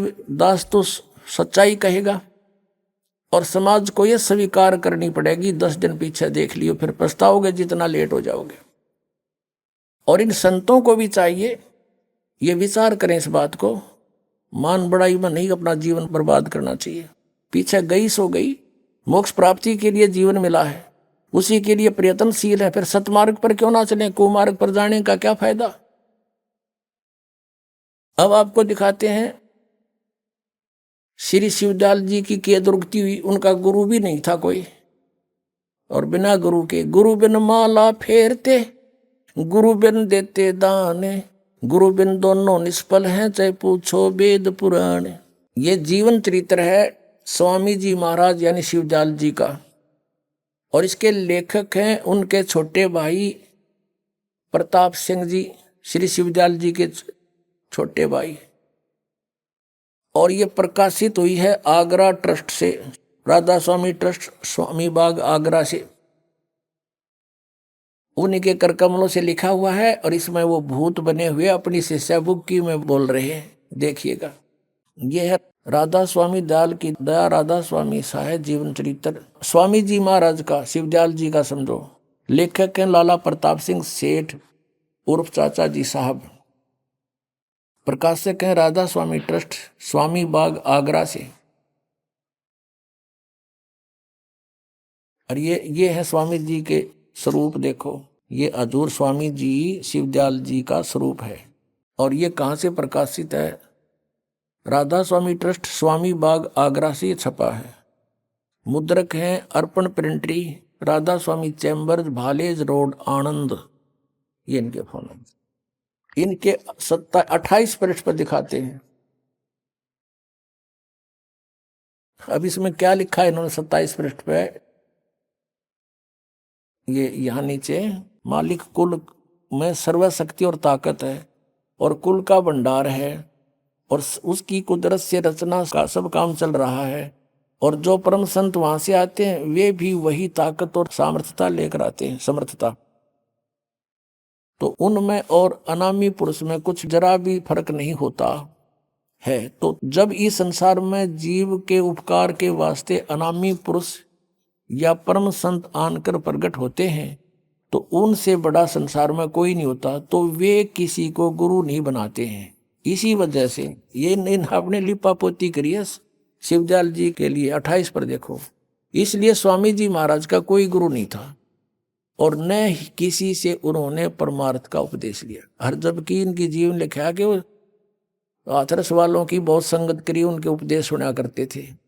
अब यहाँ उनका गुरु कोई बनाया नहीं, इसलिए लिपा पोती की कि परम संत गुरु नहीं बनाते। जबकि पुण्यात्माओं परमेश्वर स्वयं आए थे, कबीर जी पूर्ण ब्रह्म परमात्मा थे, उनको गुरु बनाने की आवश्यकता नहीं थी, लेकिन उन्होंने भी गुरु बनाया।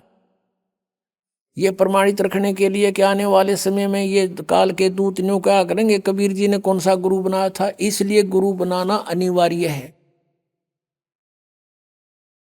परमात्मा कबीर जी कहते हैं, गुरु बिन माला फेरते, गुरु बिन देते दान, गुरु बिन दोनों निष्फल हैं, चाहे पूछो वेद पुराण। रामकृष्ण से कौन बड़ा, उन्हों भी गुरु कीन, और 3 लोग के वे धनी गुरु आगे आधीन। यानी कोई भी संत है उसको गुरु बनाना ही अनिवार्य है। इसलिए परमात्मा ने भी गुरु बना रही है। चौधरी पाक गया, गुरु कोई बनाया नहीं। फिर देख दुर्गति क्या होती है, मालिक का जो वचन है वो खाली नहीं होता। गुरु बिन माला फेरते, गुरु बिन देते दान, दोनों निष्फल है, चाहे पूछो वेद पुराण। ये निष्फल हुआ शिवदयाल जी का जीवन, ये भूत बन गए। ये देखो, ये वही पुस्तक है स्वामी जी महाराज का जीवन चरित्र।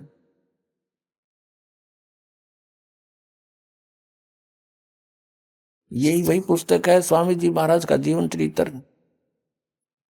और इसके 78 पृष्ठ से हम पढ़ेंगे। 71 वचन इसके अंदर। ये भी कति गीता के ऐसे श्लोक है कि 100-150 वर्ष से चल रहे हैं। अब बुक्की जी, एक बुक्की नाम की लड़की थी, शिब्बो की बहन थी। उसने शिवदयाल जी का नाम लिया इस शिब्बो के बाद में। बुक्की जी जो कि शिब्बो जी की छोटी बहन थी, थोड़ा सा हाल लिखा जाता है, वह शिब्बो जी के कुछ अरसे बाद स्वामी जी महाराज के चरणों में आई थी।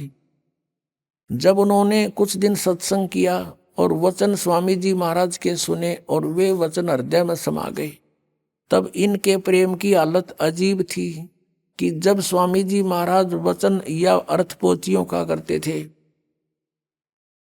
इनकी आंखें सुर्ख अंगारा सी हो जाती थी। इस बुक्की में पहले भी भूत थे और आंसू बार बार टपकते रहते थे और बहुत देर तक यानी घंटों उन वचन का नशा बना रहता था। बेहोश हो जाया करती, जैसे यहाँ देखते हो को भूत अच्छे आज यहाँ परमात्मा के कृपा से हुआ पे बेहोश हो जाती है, तो ऐसे वो वहाँ उस बुक्की में पहले भी भूत थे फिर जब स्वामी जी महाराज कथा से फुर्सत पाकर हुक्का पीते थे, हाँ, शिवदयाल जी हुक्का पीते थे, तमाकू का प्रयोग करते थे, और कबीर परमात्मा कहते भांग तमाकू छोतरा आफू और शराब, कबीर कैसे हो बंदगी ये तो करें खराब।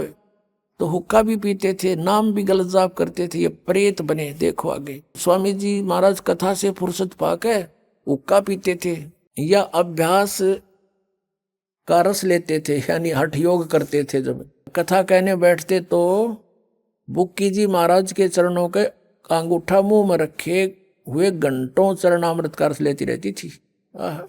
और जब कोई मत्था टेकने वास्ते हटाना चाहता तो वे चरण नहीं छोड़ना चाहती थी, तब मत्था टेकने वाले से कह दिया जाता था कि तुम दूसरे चरण पर मत्था टेक लो, इस प्यासी को मत हटाओ।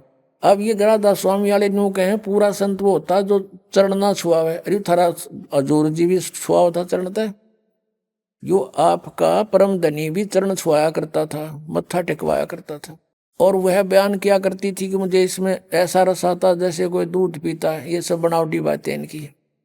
इनके भजन का ये हाल था कि 8-9 घंटे रोज भजन किया करती है, बेहोश पड़ी रहा करती थी।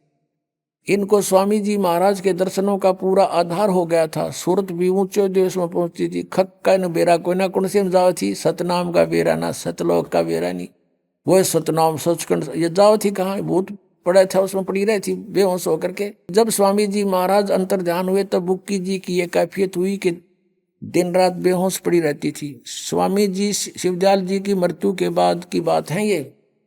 और 2-3 दिन हाजिर जरूरी को भी रफा करने नहीं जाती थी, फ्रेश होने नहीं जाती थी, सूरत स्वामी जी महाराज के चरणों में लगी रहती थी। अब आपको आगे पढ़ाते हैं।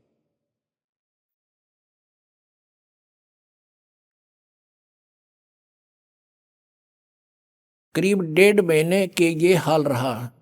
सबको खौफ हुआ शायद इनकी देह छूट जावे। तब स्वामी जी महाराज ने इनको दर्शन दिए। वो देही तुड़वा का आ गया, तब सिलावे भुन बांध गए और आ गया फिर दोबारा भूत बन के और बुक्की में प्रवेश हो गया। और फरमाया कि जिस तरह तू सेवा पेशतर किया करती है उसी तरह करो। फिर उसी रोज से बुक्की जी भोग भी तैयार करती। लेखक कहता उसका छोटा भाई शिवदयाल जी का ये प्रताप सिंह के मेरे पन्नी गली के मकान पर पहले दस्तूर के माफिक, क्योंकि अब पन्नी गली वाला इस छोटे भाई का बांटा गया। जहाँ शिवदयाल जी रहा करता पहले उस पलंग पर बैठ कर हुक्का पिया करता, खाना खाता था। मेरी पन्नी गली के मकान पर पहले के दस्तूर के माफिक पलंग बिछा हुक्का भरती थी। बुक्की में वो प्रवेश था और बुक्की वह पलंग बिछाती अपने गुरुदेव के लिए, भूत के लिए, और हुक्का भरती। वह पलंग अभी तक बिछा रहता है। गरज की जिस तरह से की पेशतर सेवा किया करती थी, जैसे शिवदयाल जी की मृत्यु से पहले बुक्की उसका भोजन बनाती, हुक्का भर कर देती, वो पिया करता और खाता था, उसी तरह से कुल काम करने लगी। और स्वामी जी महाराज उनको ध्यान के समय में प्रगट दर्शन देते थे और कुल सेवा भी उसी तरह कबूल फरमाते थे। यानी बुक्की बैठती पलंग पर, ओका भर के और खाना खाती और फिर ओका पीती। यानी उस शिवदयाल जी उसके अंदर ओका पीवे, रोटी खावे, उसी तरह से फिर सब सेवा कबूल करने लग गया। जैसा कि अंतर ध्यान होने से पेशतर करते थे। पेशतर माने पहले। अब बुक्की पहले ओका ना पीवा थी, फिर ओका पीने लगी, क्यों भूत पीवा उसमें। बुक्की जी को महाराज उनके आखिरी दम तक प्रकट रहे कि मरी जब तक उस समय रहे हुए भूत पहुंच गया नामी लोक में। ये तो बुक्की लोक में आ गए। फिर यहां तक कि जिस किसी को जब कोई बात स्वामी जी महाराज से अर्ज करनी होती थी तो वे बुक्की जी के जरिए से दरियाफ्त कर लिया करते थे। बुक्की जी में इंटरनेट लग गया और हम लग गया कोई ना है, और उसमें वो ऑन करते बोलने लग जाता भूत।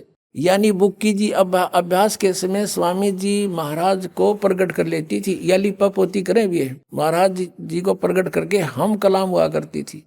यानी तो बातें कराया करती। फिर सतलोक में कित गया वो। इस नियाजमंद को भी जब कभी भीड़ के समय में घबराहट होती थी, लेखक कहता उसका छोटा भाई शिवदयाल जी का कि मुझे भी कोई आपत्ति आ जाती थी, कोई समस्या आ जाती थी और घबराहट होती थी, तो किसी तरह से अकल काम नहीं देती थी तब बुक्की जी के जरिए से स्वामी जी महाराज का हुक्म लिया करता था। इंटरनेट खोल लिया करता, बुक्की में लाग रहा था वो, उड़ा हाथ जोड़ के कहता और भूत उसमें बोल रहे था बुक्की में, उसके माध्यम से उसके जरिए से हुक्म लिया करता था।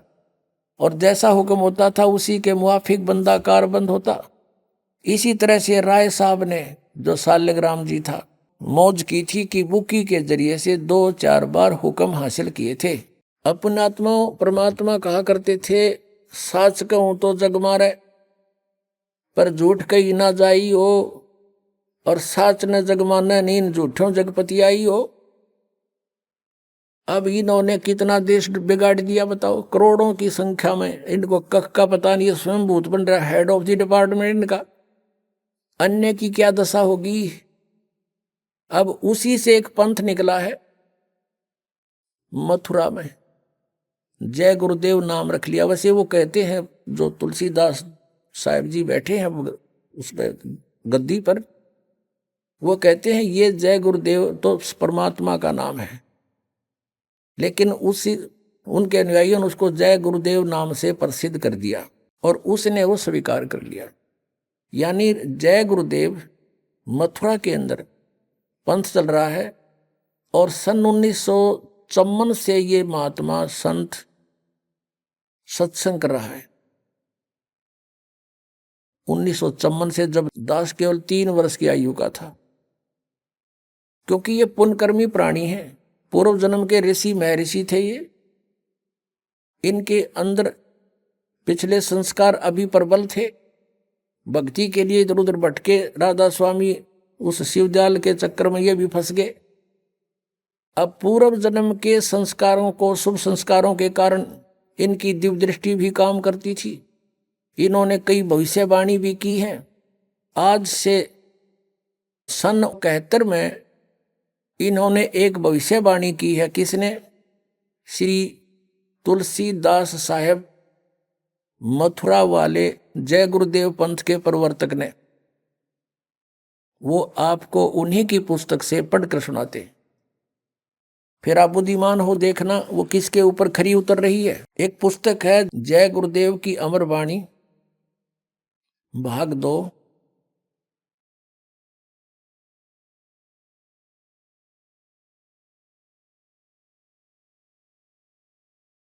और ये कहां से छपी है? ये है शाकाहारी सदाचारी बाल संघ के से संकलित। प्रकाशक है दिव्या शर्मा, 88 साकेत कॉलोनी मथुरा से। मुद्रक है अर्जेंट प्रिंटर्स, पुराना बस स्टैंड मथुरा से। और ये है वो महात्मा, महान आत्मा। अब इनके ये हाथ भी गले पड़े हैं। इस अतिथि में आगे काफी एज्ड हो गए। अब ये परम संत तुलसीदास जी महाराज। अब ये श्रद्धालु तन्य होगा, विश्व को शांति अब इन्हीं से मिलेगी। और ये क्या कहते हैं, इन्होंने ये ना समझा। अब इसके पृष्ठ नंबर आपको 50 पे दिखाते हैं। यह पृष्ठ नंबर 50। सहकारी पत्रिका 7 सितंबर 1971 में स्टेटमेंट दी है इन्होंने। 7 सितंबर 1971 में इनकी स्टेटमेंट प्रकाशित हुई है। क्या? किसकी? तुलसीदास जी की। और ये इसमें बॉक्स के अंदर है, हम यहां से लेते हैं। वह अवतार जिसकी लोग प्रतीक्षा कर रहे हैं 20 वर्ष का हो चुका है। 7 सितंबर 1971 को वो 20 वर्ष का हो चुका है। इस दास रामपाल दास की डेट ऑफ बर्थ है 8 सितंबर 1951। 7 सितंबर को दास पूरा 20 वर्ष का हो चुका है और 8 सितंबर को 21वां वर्ष शुरू हो जाता है। फिर पढ़ो, वह अवतार जिसकी लोग प्रतीक्षा कर रहे हैं 20 वर्ष का हो चुका है। यदि उसका पता बता दूं तो लोग पीछे पड़ जाएंगे। अभी ऊपर से आदेश बताने का नहीं हो रहा है। मैं समय का इंतजार कर रहा हूं और सभी महात्माओं ने समय का इंतजार किया है। समय आते ही सबको सब कुछ मालूम हो जाएगा। अब पुण्यात्माओं, ये पुण्यकर्मी प्राणी था और सन 1954 से लेकर आज तक देखो कितने वर्ष हो गए इसको, लगभग 67 वर्ष हो गए। और आज से इसने 40 वर्ष पहले ये भविष्यवाणी करी थी कि वो 20 वर्ष का हो चुका है वो अवतार, और ये कहें इससे शांति मिलेगी किससे, यो श्री तुलसीदास जी से। और ये कहता है और संत है कोई, वो अवतार है, वो प्रगट हो चुका है और उसके 20 वर्ष की आयु वाली है। अब 59 पृष्ठ पे इसी के, इस पत्रिका के 59 पृष्ठ पर दिखाते हैं आपको, 59 पर इन्होंने क्या भविष्यवाणी की है ये देखिएगा। ये वही जय गुरुदेव की अमर वाणी है और इसकी हम 59 पृष्ठ पर पढ़ेंगे। 59 यहां से शुरू करते हैं। परिवर्तन का कारण भारतवर्ष बनेगा। भारतवर्ष में को विश्व में परिवर्तन का कारण अब बनना होगा। त्रेता में विश्व युद्ध का कारण भारतवर्ष था और द्वापर में भी विश्व युद्ध का कारण भारतवर्ष था, और इस समय भी भारतवर्ष को ही कारण बनना होगा। मुस्लिम राष्ट्रों में भारी कलह होगी, सभी मुसलमान आपस में लड़कर समाप्त हो जाएंगे, अधिकांश छोटे छोटे देश टूटकर बड़े राष्ट्रों में मिल जाएंगे। भारतवर्ष इन सब का अगुवा होगा। चीन के समस्त वैज्ञानिक प्रगति को चूर्ण करके चीन को नष्ट कर दिया जाएगा। चीन में बचे खुचे लोगों की सहायता भारत करेगा। इसी बीच तिब्बत भारत को मिल जाएगा। यदि सभी राष्ट्र आपस में मिलकर भारतवर्ष पर आक्रमण करें तो भी इसे कोई जीत नहीं सकता है। भारत में नए सिरे से संगठन होगा। यदि विश्व के सभी राष्ट्र जी जान से यह प्रयास करे कि सुरक्षा परिषद अमेरिका से हटकर भारतवर्ष में न जाने पावे तो यह कदापि नहीं होगा। सुरक्षा परिषद भविष्य में भारत में चली आएगी। महापुरुष का जन्म भारत के एक छोटे से गांव में हो चुका है, जिसके विषय में 7 सितंबर 1971 को तुलसीदास जी कह रहे हैं वो 20 वर्ष का हो चुका है। अब ये है सहकारी पत्रिका 28 अगस्त 1971 को इसने स्टेटमेंट दी। इसमें नाम नहीं बताया, फिर 7 सितंबर को क्लियर कर दिया कि आज वो 20 वर्ष का हो चुका है। इसमें लिखा कि महापुरुष का जन्म भारतवर्ष के एक छोटे से गांव में हो चुका है और वह व्यक्ति मानव इतिहास का सबसे महत्वपूर्ण व्यक्ति बनेगा। उसे जनता का इतना बड़ा समर्थन प्राप्त होगा कि आज तक किसी को नहीं मिला है। वह महापुरुष नए सिरे से विधान बनाएगा और वह विश्व के संपूर्ण देशों पर लागू होगा। उसका एक झंडा होगा और एक भाषा होगी। अपने आत्माओं, कबीर परमेश्वर आए थे क्योंकि वे स्वयं परमेश्वर हैं और परमेश्वर की महिमा को परमेश्वर ही जान सकता है। इसलिए उन्होंने अपनी महिमा आपा आकर बताई कि हम ही अलख अला हैं, कुतुब गोस और पीर, गरीबदास खालिक धनी हमरा नाम कबीर। अब रामानंद जी से परमात्मा कबीर जी अपना परिचय दे रहे हैं, लेकिन वो समझ नहीं पा रहे कि ये सच्चाई बोल रहे हैं। जैसे तुलसीदास जी हुए हैं जो जिन्होंने रामायण लिखी है। कौन सी रामायण? श्री रामचंद्र जी वाली रामायण लिखी है। उनकी दिव्य दृष्टि खुल गई थी। इस दिव्य दृष्टि की कुछ रेंज होती है, जैसे सूक्ष्मदर्शी की होती है दूरबीन की, उसकी अपनी अपनी रेंज होती है, कहाँ तक देख सकती है। तो ऐसे उस तुलसीदास जी ने लाखों वर्ष पहले की घटना घटी हुई श्री रामचंद्र जी और रावण के बारे में वो एज इट इज अपनी भाषा में, अपने लैंग्वेज में, चौपाइयों में, दोहों में लिख दी। इसी प्रकार आदरणीय गरीबदास साहिब जी ने परमात्मा से परिचित होकर के परमेश्वर ने उनका ज्ञान योग दिव्य दृष्टि खोल दी थी। उसके बाद गरीबदास जी ने परमेश्वर के पहले और आगे के सब घटनाओं का, दृष्टांतों का विवरण अपनी लैंग्वेज में, अपनी वाणी में लिखा है, तुलसीदास जी की तरह। तो यहां कहा कि ए स्वामी सृष्टा में, कबीर साहब जी परमेश्वर जी बता रहे हैं, ए स्वामी सृष्टा में सृष्टि हमारे तीर, दास गरीब अधर बसूं अवगत सत कबीर। मैं ऊपर रहता हूँ श्लोक में, सह शरीर हूं और वहां से चलकर आया हूं। परमात्मा जन्म नहीं लेते। कोई ये कहे कि हमारे गुरु जी भी चलकर आए, ये तो जन्म लेकर आए माता से। वो परमात्मा स्वयं चलकर आए हैं और उन्होंने अपनी महिमा आप पे बतानी पड़ी। आप आरती आप पे साजे, आप पे किंगर आप पे बाजे, आप पे ताल झांझ झनकारा, आप नचे आप देखनारा। पुण्यात्माओं, परमात्मा ने 600 वर्ष पहले कबीर सागर में जो लिपिबद्ध है उनकी अमर वाणी श्री धर्मदास जी ने लिखी है, उसमें कहा कि 12वां पंथ कबीर पंथ होगा और उसमें हम ही चलकर आएंगे। यानी गरीबदास जी के रूप में नहीं, गरीबदास जी वाले पंथ में आगे चलकर हम ही आएंगे और सभी पंथों को मिटाकर एक पंथ चलाएंगे। 600 वर्ष पहले, 650 वर्ष पहले परमात्मा ने कहा था जब वो आए कि धर्मदास पूरे विश्व पर एक ज्ञान रहेगा और एक ही भगवान रहेगा।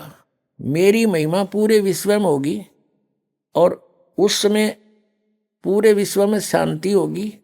भगवान से डरने वाले व्यक्ति हो जाएंगे या माया की दौड़ खत्म हो जाएगी। तो उस समय परमात्मा ने कहा था कि हम ही आएंगे।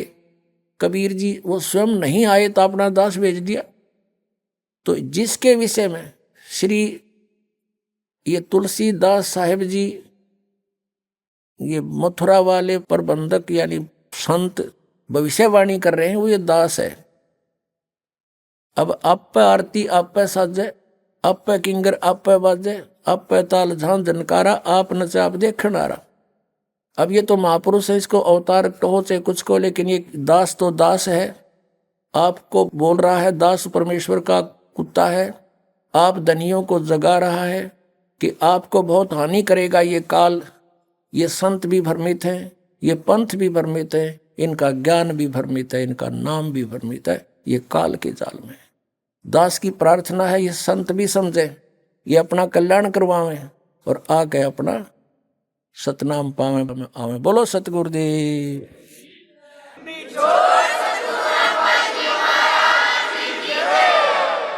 आइए अब हम उन श्रद्धालुओं के अनुभव जानते हैं जो जगत गुरु तत्वदर्शी संत रामपाल जी महाराज जी से दीक्षा प्राप्त कर चुके हैं तथा उनके द्वारा बताए गए भक्ति मार्ग पर चल रहे हैं। नमस्कार सर। नमस्कार सर जी। सर क्या नाम है आपका? मेरा नाम सुरेंद्र सिंह दफोटी। सुरेंद्र जी आप कहाँ से हैं? मैं जिला बागेश्वर उत्तराखंड से हूँ। सुरेंद्र जी संत रामपाल जी महाराज से नाम दीक्षा आपने कब ली? संत रामपाल जी महाराज जी से नाम दीक्षा 2017 को ली। सुरेंद्र जी अभी तक क्या क्या भक्ति साधनाएं की हैं आपने? भक्ति साधना तो जो हमारी रीति रिवाज पुरानी हिंदू धर्म से है उनसे चलते हुए भक्ति क्या करते थे। आर्मी में था पहले सर, मैं बहुत ज़्यादा नशा करता था और इतना नशा करता था कि मैं उस नशे सभी चीज़ें, शराब जैसे कि शराब हो गया और चरस हो गई और जुआ वगैरह भी खेलता था। तो ताकि मैंने उस नशे के कारण अपनी नौकरी भी त्याग दी और ट्रांसपोर्टिंग ट्रक वगैरह थे वो भी सब बेच दिए, तो मेरे पास कुछ नहीं बचा। तो मैं इतना परेशान हो चुका था, मैंने जब लास्ट ट्रक बेची तो मैं इतना नशा करने लग गया था कि डिप्रेशन में चला गया था मैं। बस नशा और मुझे फिर भगतमती ने क्या किया कि निर्माण में नशा मुक्ति केंद्र में एडमिट कर दिया। नशा मुक्ति केंद्र में एडमिट होने के कारण मैं फिर घर आता था, फिर पीना शुरू करता, फिर नशा मुक्ति, यानी कि 5-10 बार मैं नशा मुक्ति केंद्र में चला गया था। पत्नी ने नाम लिया 2017 में, संत रामपाल जी महाराज जी की नाम दीक्षा ली। तो उसके बाद में मेरे को वो एडमिट करके गई वहाँ नशा मुक्ति केंद्र में। उसके बाद वहाँ आके मुझे ज्ञान गंगा दिया, उन्होंने दिया तो मैंने पढ़ा उसमें से, उससे मुझे लगा कि हाँ ये कुछ और ही है इसमें ज्ञान। उसके बाद मैं बाहर आया, बाहर आने के बाद में फिर मेरे वो नशा करने से मेरा उससे पहले जो था मैं इतना मतलब वो हो गया था, मैंने पॉइजन खाने की भी काफ़ी कोशिश की। और उसके बाद मैंने जो वो सल्फास की डिब्बी होती है वो मैंने स्कूटी के अंदर भी रखी थी कि मैं कभी भी मैं मौका मिलना चाहिए था मेरे को कि मैं उसी समय वो मैं सल्फास खा लूँगा। तो यहाँ तक की मेरी कंडीशन थी भगत जी।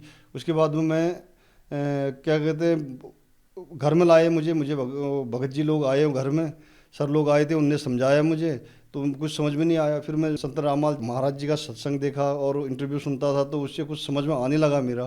फिर अचानक मेरी प्रेरणा बनी कि नानक दीक्षा लिया मैंने 2017 में। सर, जैसा कि आपने बताया कि आपने आत्महत्या करने की भी सोच ली थी, आपने कहा कि आपके पास और कोई चारा भी नहीं रह गया था, आपकी सारी प्रॉपर्टी खत्म हो गई थी। फिर जब आपने संत रामपाल जी महाराज से नाम दीक्षा ली तो आपको क्या लाभ मिले? क्या आपका नशा छूट पाया? तत्वदर्शी संत रामपाल जी महाराज जी से नाम दीक्षा लेने के बाद मेरे सारे नशे छूटे। दूसरा, जो शारीरिक मेरी बीमारियां शुरू हो रही थी, वो बीमारियां सारी खत्म हुई। बीमारियां जैसे कि पाइल्स की बीमारी शुरू होने लग गई थी, यानी कि सांस की बीमारी भी मेरे सांस मतलब ज़्यादा गर्मी से वो रुकने लग गया था। और काफ़ी ऐसी छोटी छोटी बीमारियां काफ़ी थी, तो उससे मैं मजबूर होकर वो जहर भी ना चाह रहा था कि मैंने बोला अब पैसा है नहीं मेरे पास, में कुछ नहीं है, तो मैं ये चीज़ मेरे लिए वही है, मतलब लास्ट है। संत रामपाल जी महाराज जी के शरण में जाने के बाद मैं भगत जी मतलब छू मंतर जैसे मैंने सोचा भी नहीं था कि मतलब ऐसा होगा करके, कि ये तो चलो मैं एक अजमा लेता हूँ वाली बात, वो तो मैंने काफ़ी अजमाया हुआ था, काफ़ी चीज़ें अजमाई थी, लेकिन वो चीज़ें मैंने बोला चलो इनको भी अजमा लेता हूँ करके वो चीज़ की। लेकिन वो दिन है, आज का दिन है भगत जी। मैं बहुत बिगड़ा हुआ था, मैं हर चीज़ में मतलब अब स्पोर्ट्स वाला आदमी करता ही है, उल्टे सुल्टे काम करना, ये मतलब हर चीज़ में वो चीज़ अभी मैं सब शांत हो चुकी हैं। बॉक्सिंग से मैंने सबसे यानी कि जो जिसमें हमारा सेना का तीनों सेनाओं का रहता था उसमें से मेडल लिया हुआ है और उसमें पार्टिसिपेट किया हुआ था नेशनल में।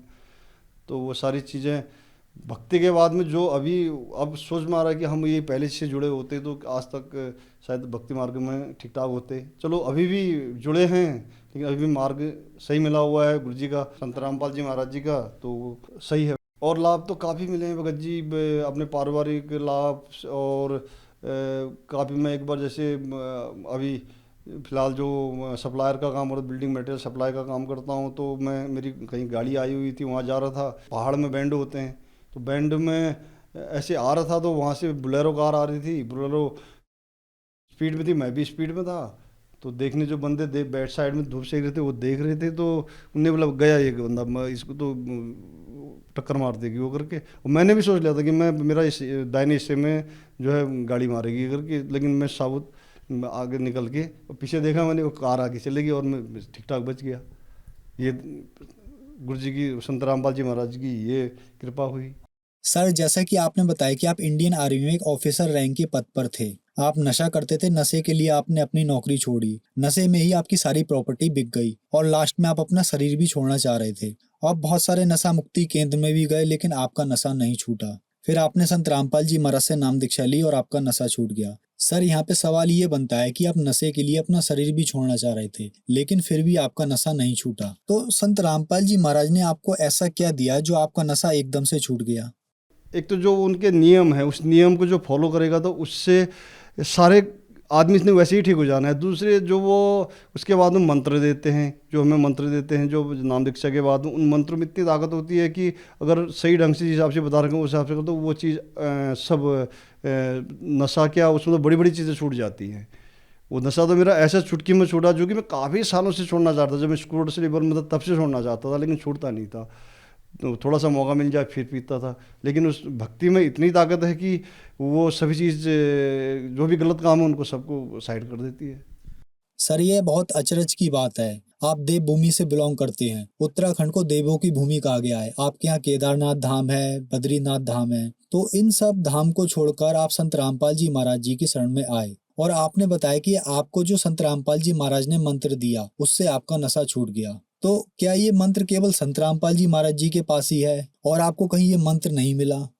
जी, मेरे को ठीक होने के लिए मेरे घर वालों ने क्या, मेरी पत्नी ने क्या, काफ़ी कोशिश की। यानी कि गढ़वाल से लेकर के जितने हमारे कुमाऊँ के गुरु अगर वगैरह ये भूख झाड़ फूक करने वाले जितने से सबको पूजा मैं, यानी कि बहुत ज़्यादा खर्चा होता था, वो खर्चा किया, लेकिन कहीं किसी की बस की बात नहीं कि मैं एक दो दिन ठीक रहूँगा फिर वैसी, एक दो दिन ठीक रहूँगा फिर वैसी। तो वही मैं समझ के चलता था कि हाँ चलो ये वाली नाम दीक्षा लेने वाली बात कर रहे हैं, संत रामपाल जी महाराज जी के पास जाने वाली बात कर रहे हैं, चलो इतनी सारी चीज़ें तो मैंने कर ली। मैंने कश्मीर से कन्याकुमारी, क्योंकि मैं आर्मी में रहा हूँ, मैंने हर शहर हर चीज़ देखी हुई है, सब चीज़ मैं मुसलमानों के उनके पास में गया हूँ कि जो ये होते हैं पीर जो होते हैं उनके पास भी गया, उन्होंने किसी भी मैंने वो झाड़ फूक करने की कोशिश की, लेकिन उससे भी कुछ नहीं हुआ।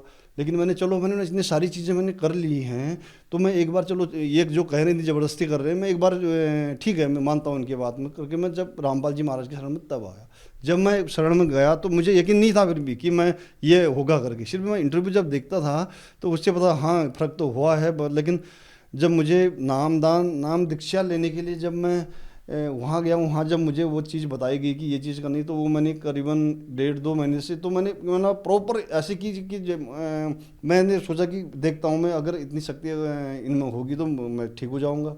और मैंने की प्रॉपर ढंग से जो चीज़ें बताई मेरे को, तो मैं वो चीज़ें सब निकल गई और संत रामपाल जी की कृपा से मैं आज के डेट में ठीक हूँ और समाज में बैठने लायक, उठने लायक हूँ। जो मंत्र नाम दीक्षा केंद्र संत रामपाल जी महाराज द्वारा दिए गए हैं, उन मंत्रों में इतनी शक्ति है कि वो मंत्र विश्व में तत्वदर्शी संत के पास ही होता है, वही देते हैं, और बाकी वो किसी के पास नहीं होता। न वो किसी के और के देने से, और के पास तो हो ही नहीं सकता, लेकिन उनके देंगे तो उनसे फ़ायदा होता है। उन मंत्रों में इतनी ताकत है कि हम उनको जिस हिसाब से बताया गया है उस हिसाब से उनको फॉलो करेंगे तो वो चीज़ से फ़र्क होता है।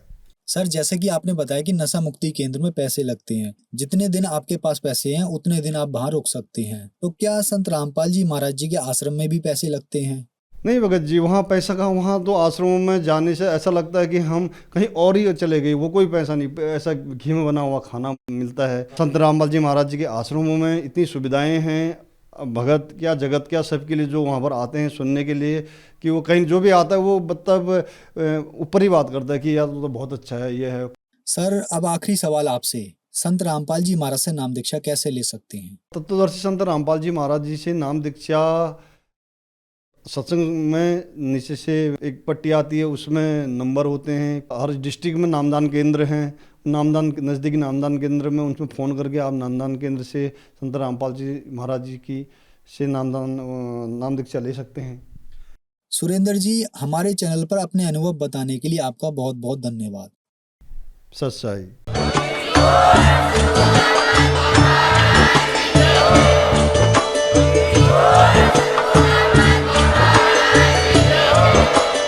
आप सुन रहे थे जगत गुरु तत्वदर्शी संत रामपाल जी महाराज जी के मंगल प्रवचन। अधिक जानकारी के लिए विजिट कीजिए हमारी वेबसाइट www.jagatgururampalji.org। संत रामपाल जी महाराज जी के शुभ आशीर्वाद से पूरे विश्व भर में 500 से भी ज्यादा नाम दीक्षा केंद्र हैं, जिन पर संत रामपाल जी महाराज जी द्वारा ऑनलाइन निशुल्क नाम दीक्षा दी जा रही है। अपने नजदीकी नाम दीक्षा केंद्र का पता करने के लिए संपर्क करें 8222880541।